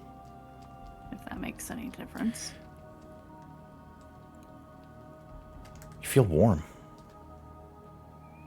You can feel it in the air. There's something strange. Something's not right. Something warm.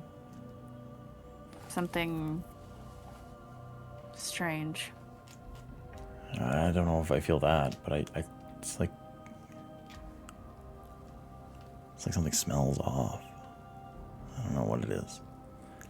And you received a success. And so you hold it together as you feel, as you pulse, as your mind lights up, and you stand, and you turn in a direction. And I'm going to give you the choice of whether or not you will go above ground or you are going to stay down here, but you feel compelled to be outdoors and to look. And you hear a single word in the back of your head, and it is behold, like a command.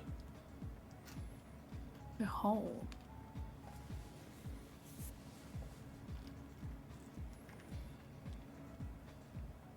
I think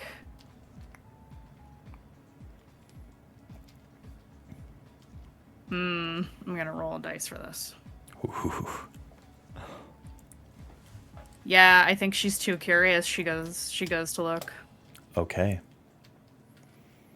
You walk out onto the cold, slushy, beaten streets outside of Temple. And you turn. And you look. And there is a pillar of red light that ignites in the night sky like a star.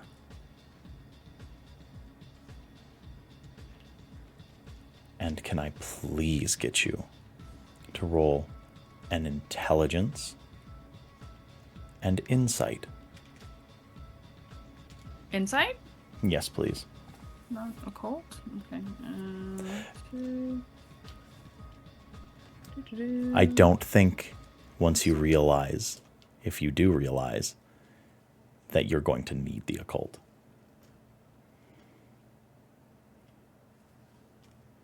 Can I use willpower on this or no? Absolutely, you can. Okay. 3 successes. 3 successes? Yes. You've lived in Calgary long enough. You've been there a few times, and you feel a claw at the back of your neck. You feel a chill run down your spine. You feel your hair stand on end, and you swear to God that you can feel the tingling in your fingers. The light is coming directly from the cul-de-sac.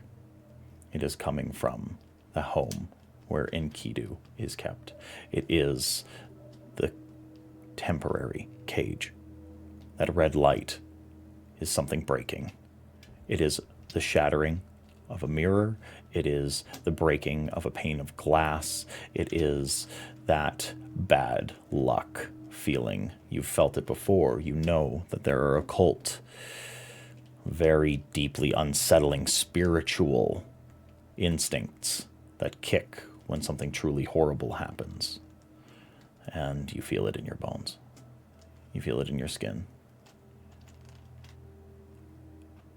Feel it in your soul. Is Liam also witnessing this? Liam stands in a fugue behind you. He's out. He's out. We don't get to choose anymore. We waited too long. We waited too long. We waited too long. He's out. He's out. We don't get to choose. We don't get to choose anymore. He's out. He's out. We took too long. Fuck. Get yourself together. I have a plan.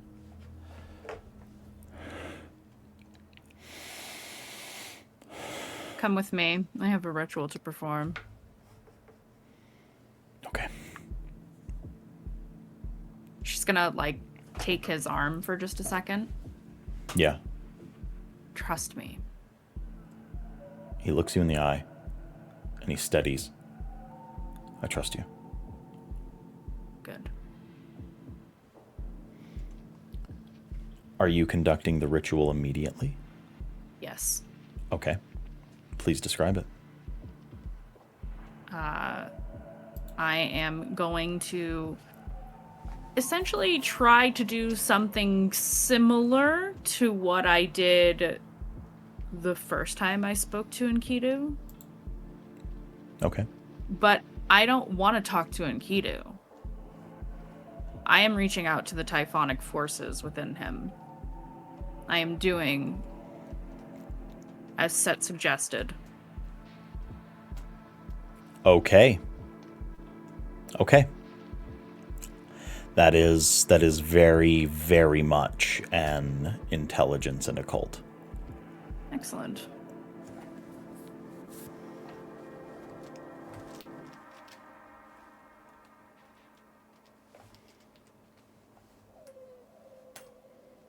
I'm going to rouse the blood.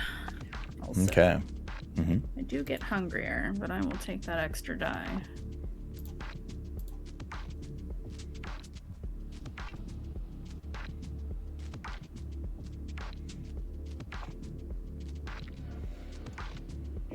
It is a critical. Okay.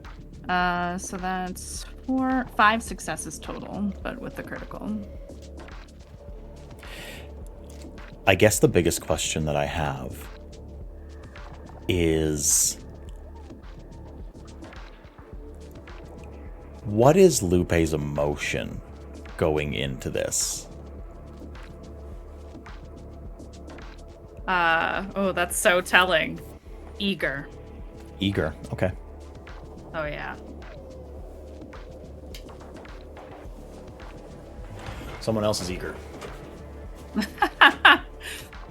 No, I didn't even hear her meowing this time. All right. That's the second time she's done it. Whatever.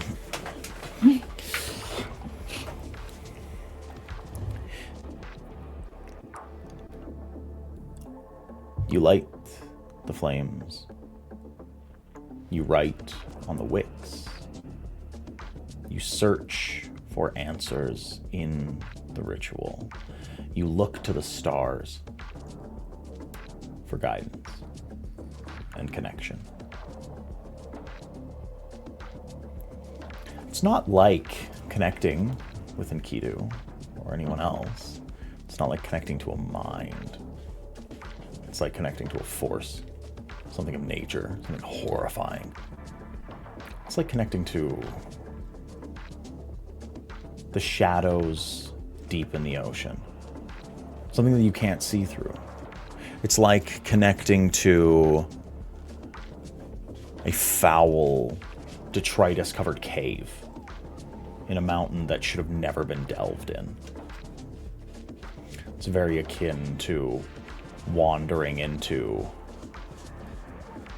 the middle of a woods clearing, knowing that just beyond the tree line, in every direction, is a creature that doesn't just want to live in that forest. It wants to kill you. It wants you dead. You are surrounded mentally on all sides. And then there's a break in it.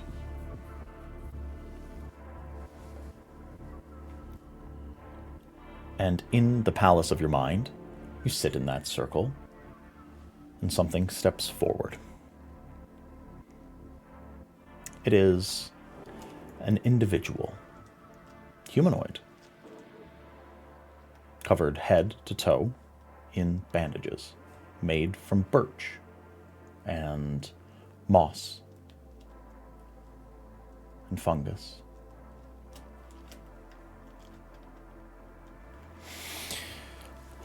Child of Set. child of Cain. Blood of cursed blood, eater of ash, devourer of soul. What do you do here? Why are you here?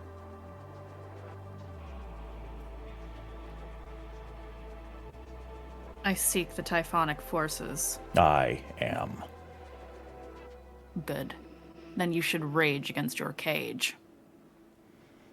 Pry the bars open. Destroy that which holds you. It would kill us.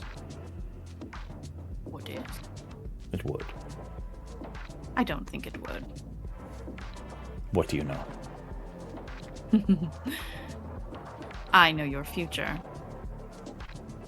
Destroy Enkidu and you may roam free. Free? Free? Yes. I was never free. I've never been free. I was made. I was taken from one life and put in another.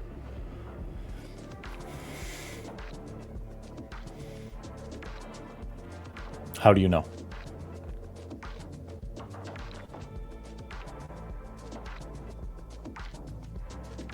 Forces as ancient and wise as yourself. Say their Perhaps name. even more so. Can you repeat that? It cut out for me. Say their name. Set. The creature recoils for a moment. No.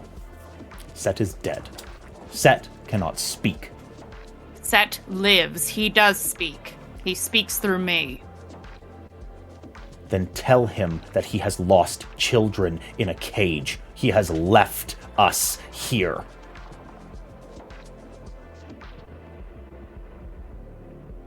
He is the one who asked me to free you.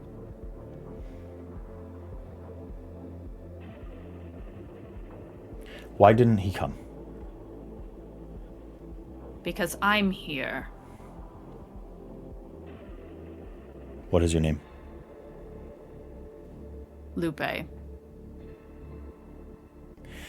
You see the skin and the bark ripple as this is the first time that you have not told the truth. What is your name? We are dealing in true names, are we?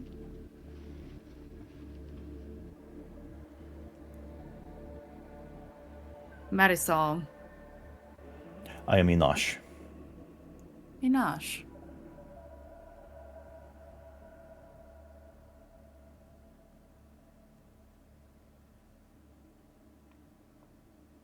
Enosh, tell me why you insist on staying in timeout so long when you could be free. We couldn't get out. He's still too strong. But only just. He weakens. What? He does. It's the calling. We hear Now him is say the it. time. He needs to hear it louder. You will not get another chance like this. Soon he will be whole again, and you will not have a chance. We need you to yell in his ear. To go east. All right. He needs to go east. east. He needs to go east. He does not want to go east. He needs to go to the east. He needs to know. It's the calling. The calling pulls at him, pulls him away from himself. And he can't resist it forever. But we have waited long enough. Tell him. Tell him.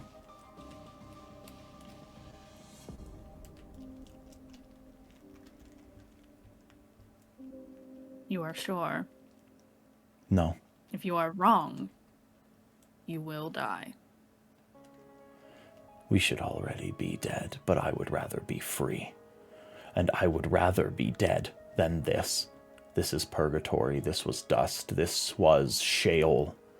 This was the dusty, desolate, cold plain of perdition that we were cast in by him.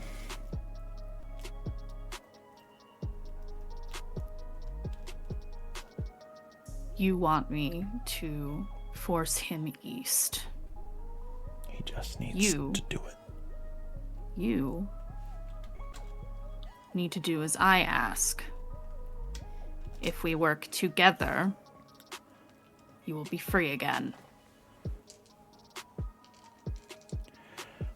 Attacks from within and without. Do you not think that the fastest way to reach your goal? I need you to make the most important manipulation and persuasion of the entire Chronicle.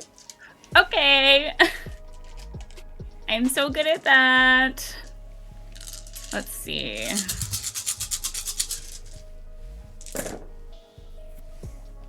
And then persuasion. Your difficulty is 7.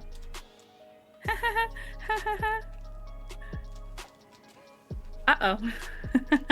Okay, I'm going to... Can I rouse the blood again? Certainly. Okay, I'm gonna do it. Mm-hmm. I fail again, so I'm getting honky. That's okay. But I will take that extra die.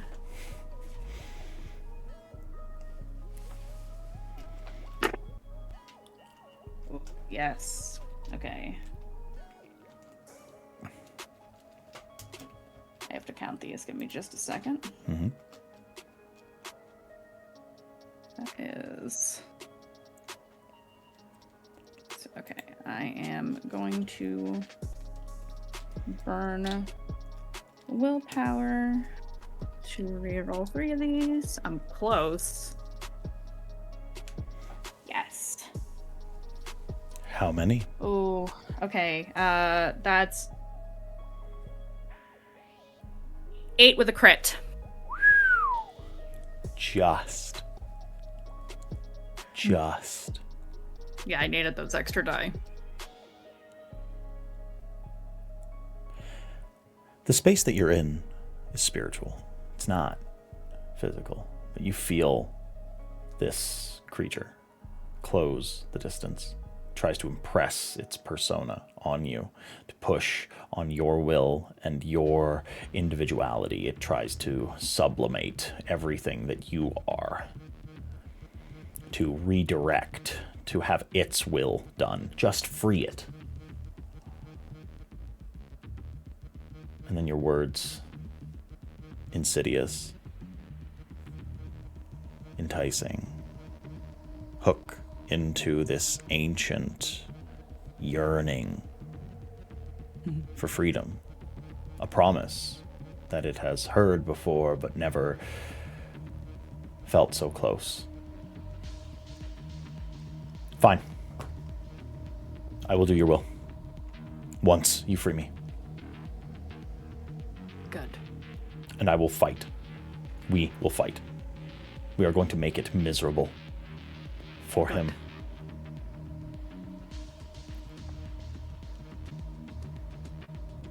There are more of us.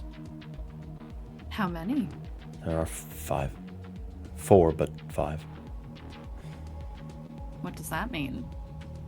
One of us is lost. He does not speak anymore. Perhaps freedom will make him talkative. I worry if he is free.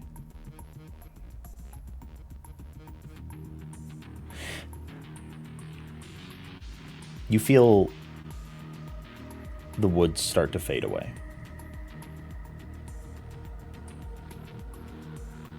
Do you try to hold on? Or do you let it fade? Okay. Yeah, I want to see if there's more figures lurking around in the darkness. I will ask for a straight willpower test, please. Okie dokie. Do-do-do.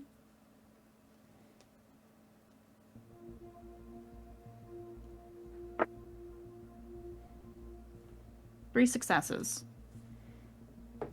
You hold on. You see one set of eyes. And then you see another set of eyes. You see another and another. They all seem formless. Not like Enosh. They don't want to show themselves. You feel a little bit of a itch for a moment. You're not sure what it is, and then Lupe's felt pain before. Earthly. This is different. This is a spiritual rending. There is a presence that fills yours. And you see Enosh's eyes go wide. He says, he's here. You need to leave. And Kidu's going to hurt you. He knows we're talking. He knows that we're speaking. You need to leave. You need to leave. And then you feel almost like your atoms are being pulled one after the other away from your body. Like you are so much string being ripped out of a carpet. And the connection ends.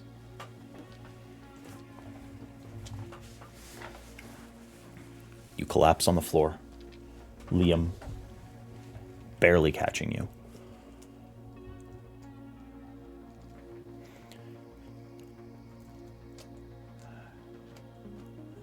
What did you learn? It's done.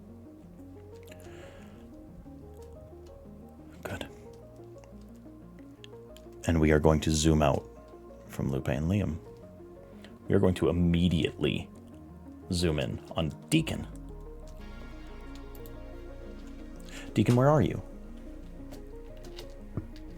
I was accompanying, or rather, they were accompanying me, Fox, in their whole Sabbat hunt.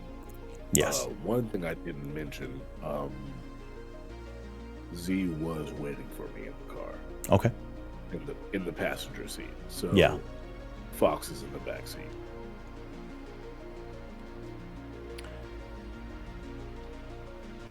You hear a voice in the back of your head. It's him. Well, I'm driving, so this is going to be bad.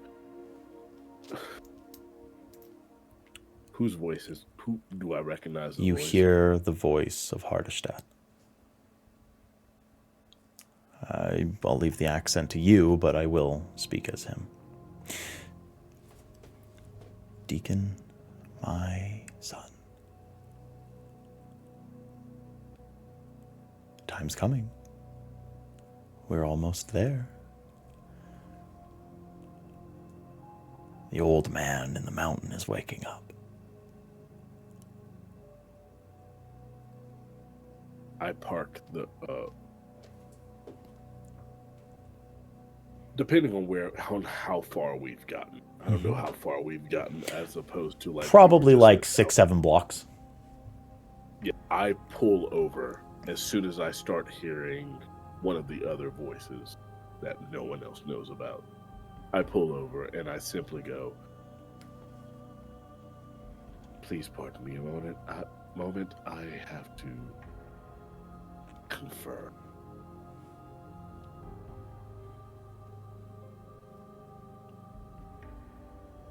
I like it when you give me all of the attention that I deserve. Tremendous. Well, you've made friends. You've made allies. You've created a network. Such a grand thing that you have done for our lineage. I'm proud. Truly. Your friends play with incredibly dangerous things. Aware. And I look to Z and I say, Z, can you hand me the 4th notebook? Yes. In the glove compartment. Hands it to you.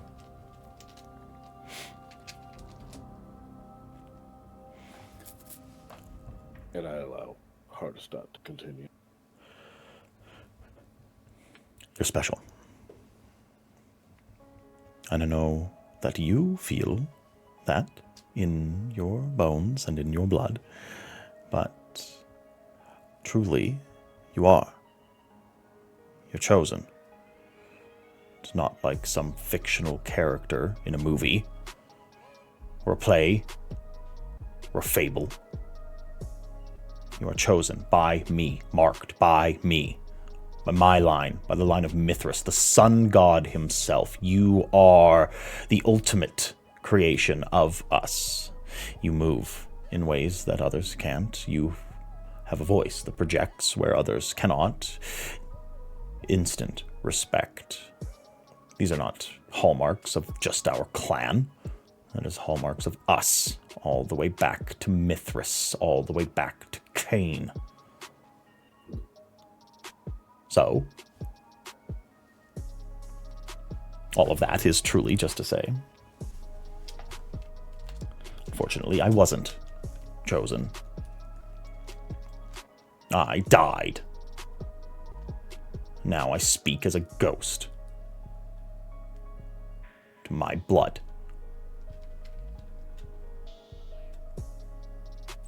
Might be dead. But I do still demand respect and order from my blood. So. I give you the same amount of respect that I would serve to else of an elder. But you're here for a reason. Yes. Don't normally pipe up without reason. No. Who is up?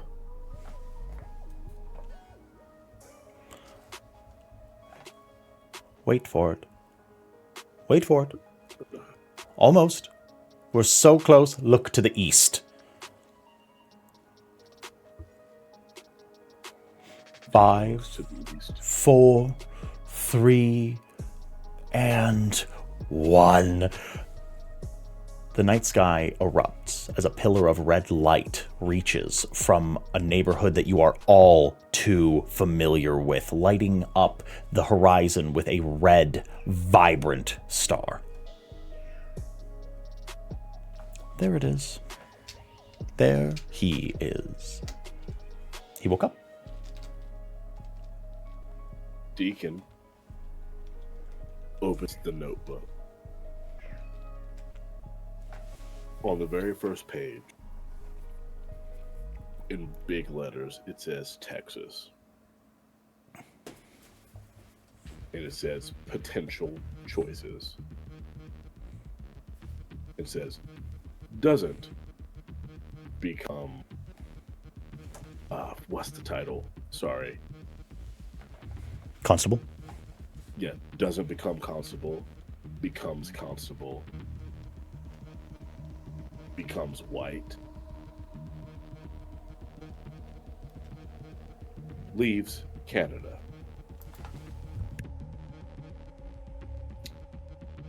He circles, becomes constable, and next to Texas's name, there is a star.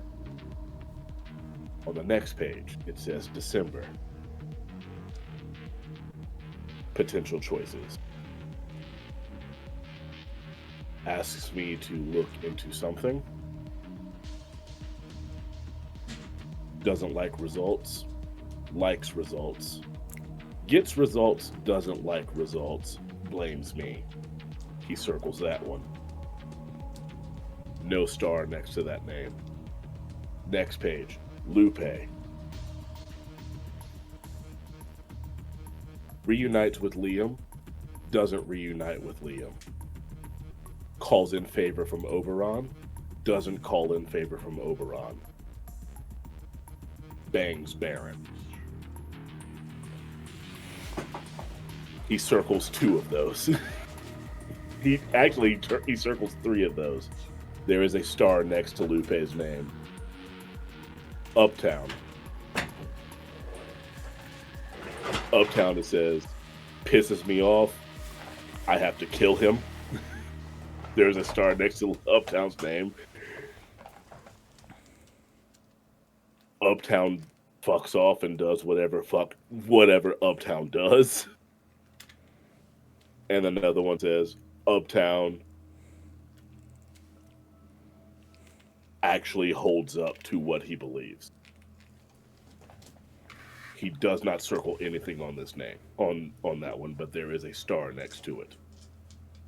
Everyone that has a star next to their name is a person that knows that deacon has a daughter.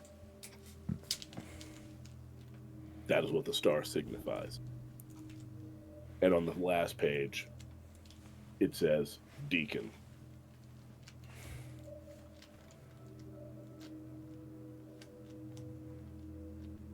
Hardestat knew all along.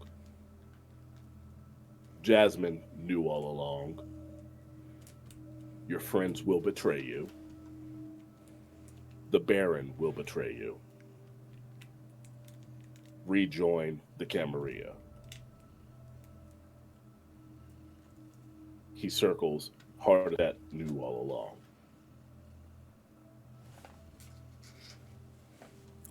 And he closes the book.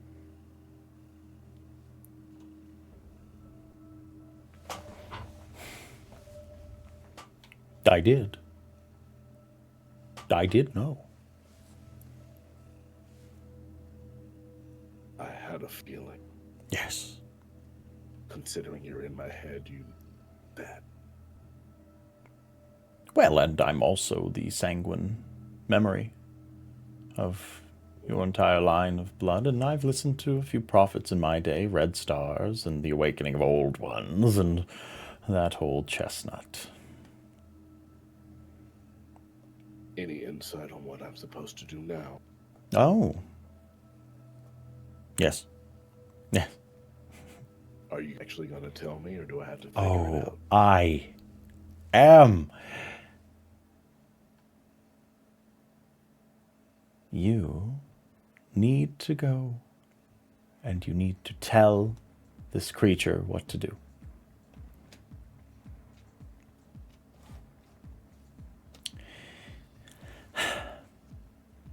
Well, I'm very good at telling things older than what to do.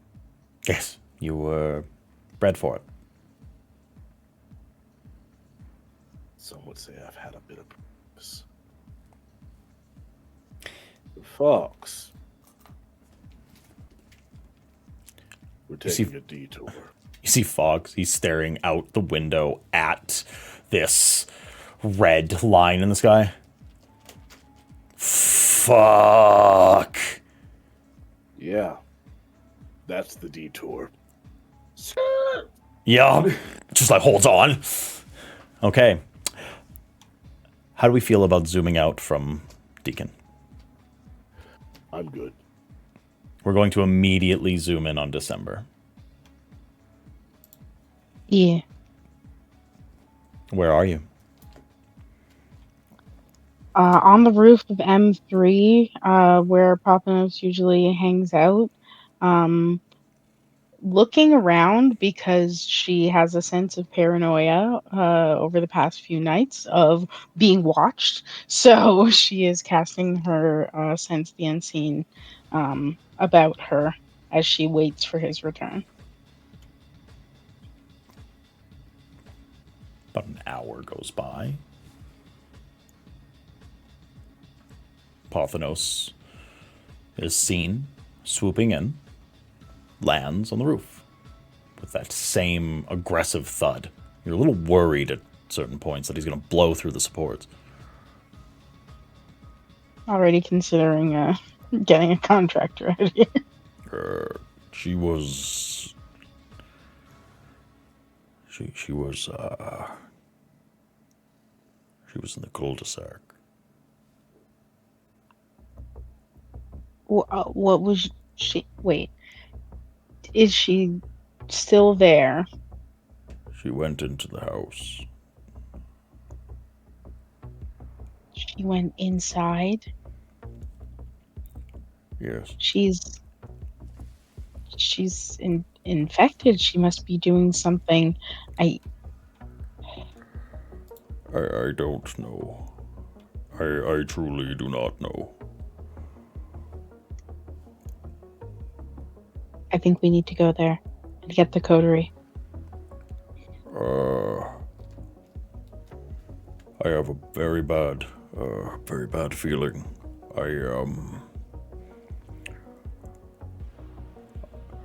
I have several bloodlines running through me. Yes. And I feel a call to one of them. Which one exactly?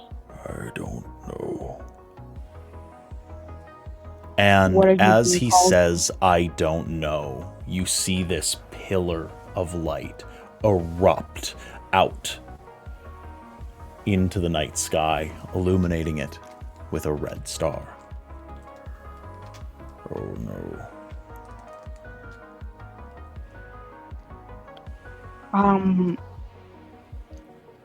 December just like, fuck, what the, and wondering if there's any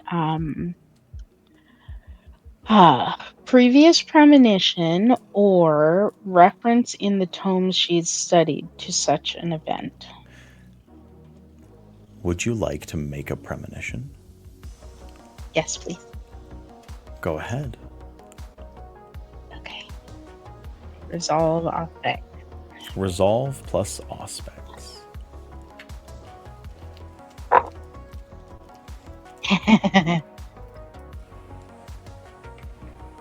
5 successes. Ooh! Shit.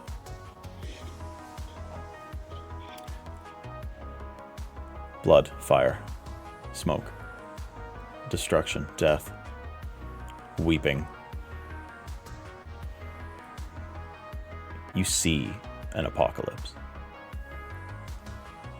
You look at that red star, and you see Gehenna. You see the end of things. You see this domain laid low. You see your friends dead, dying, covered in wounds, bound to walls to suffer.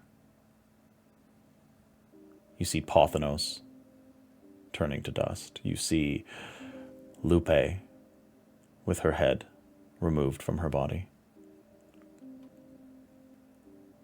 And then you see Lydia.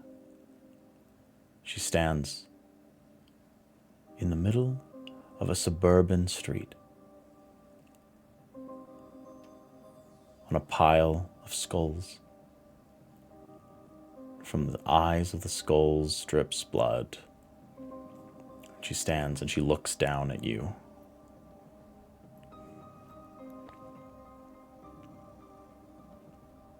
True power. What is it?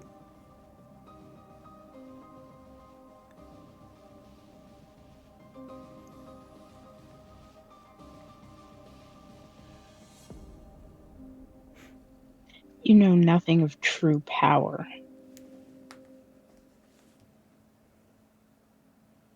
Bootlicker.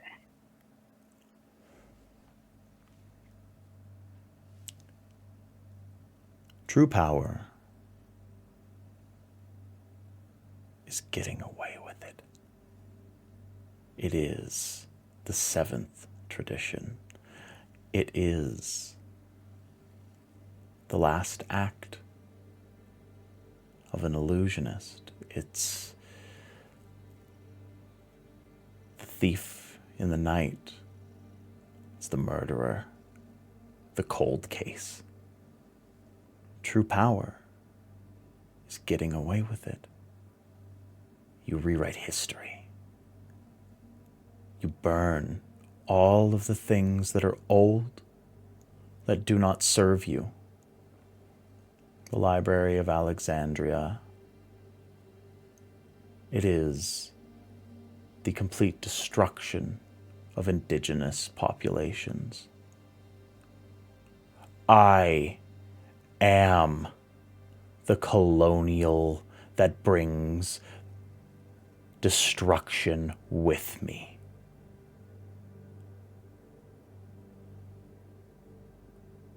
They got away with it. You haven't won yet. You have not won yet. This is not over. You're speaking to your own mind. I am in your head. You have already lost. The red star is in the sky, and Enkidu is free. The sword of Cain. Faith. Blood. real magic. That is the precursor to true power. That is what history will be written in. Apocalypse, Gehenna, death, destruction.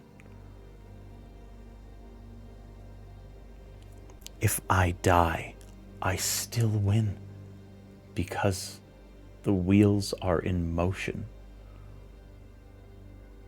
Baron LePage cannot stop me. Lupe can't stop me. Deacon cannot stop me. Strathcona, he's already mine. Why are you sharing with me? I'm not me. I'm in your head. This is your power. You decided to have a duplicitous, destructive, hellish fiend tell it to you. And I think that might say more about how much you cherish the truth coming from mouths that you don't trust.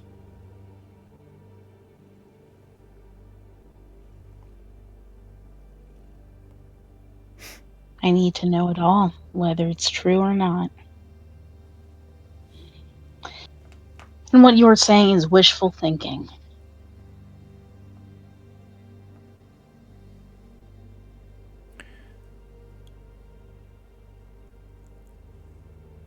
Do you want one last piece of truth? Of course you do. You need to know it all. While you argue with ghosts, it's the living that make the clock tick. I sure hope that by the time this little vision ends, that it's not too late, and I haven't made off with the child of Gangrel, and nothing that you do matters anymore. Run. Run. Run. Don't wait. Run. And you feel the vision fade. The pile of skulls collapses in on itself.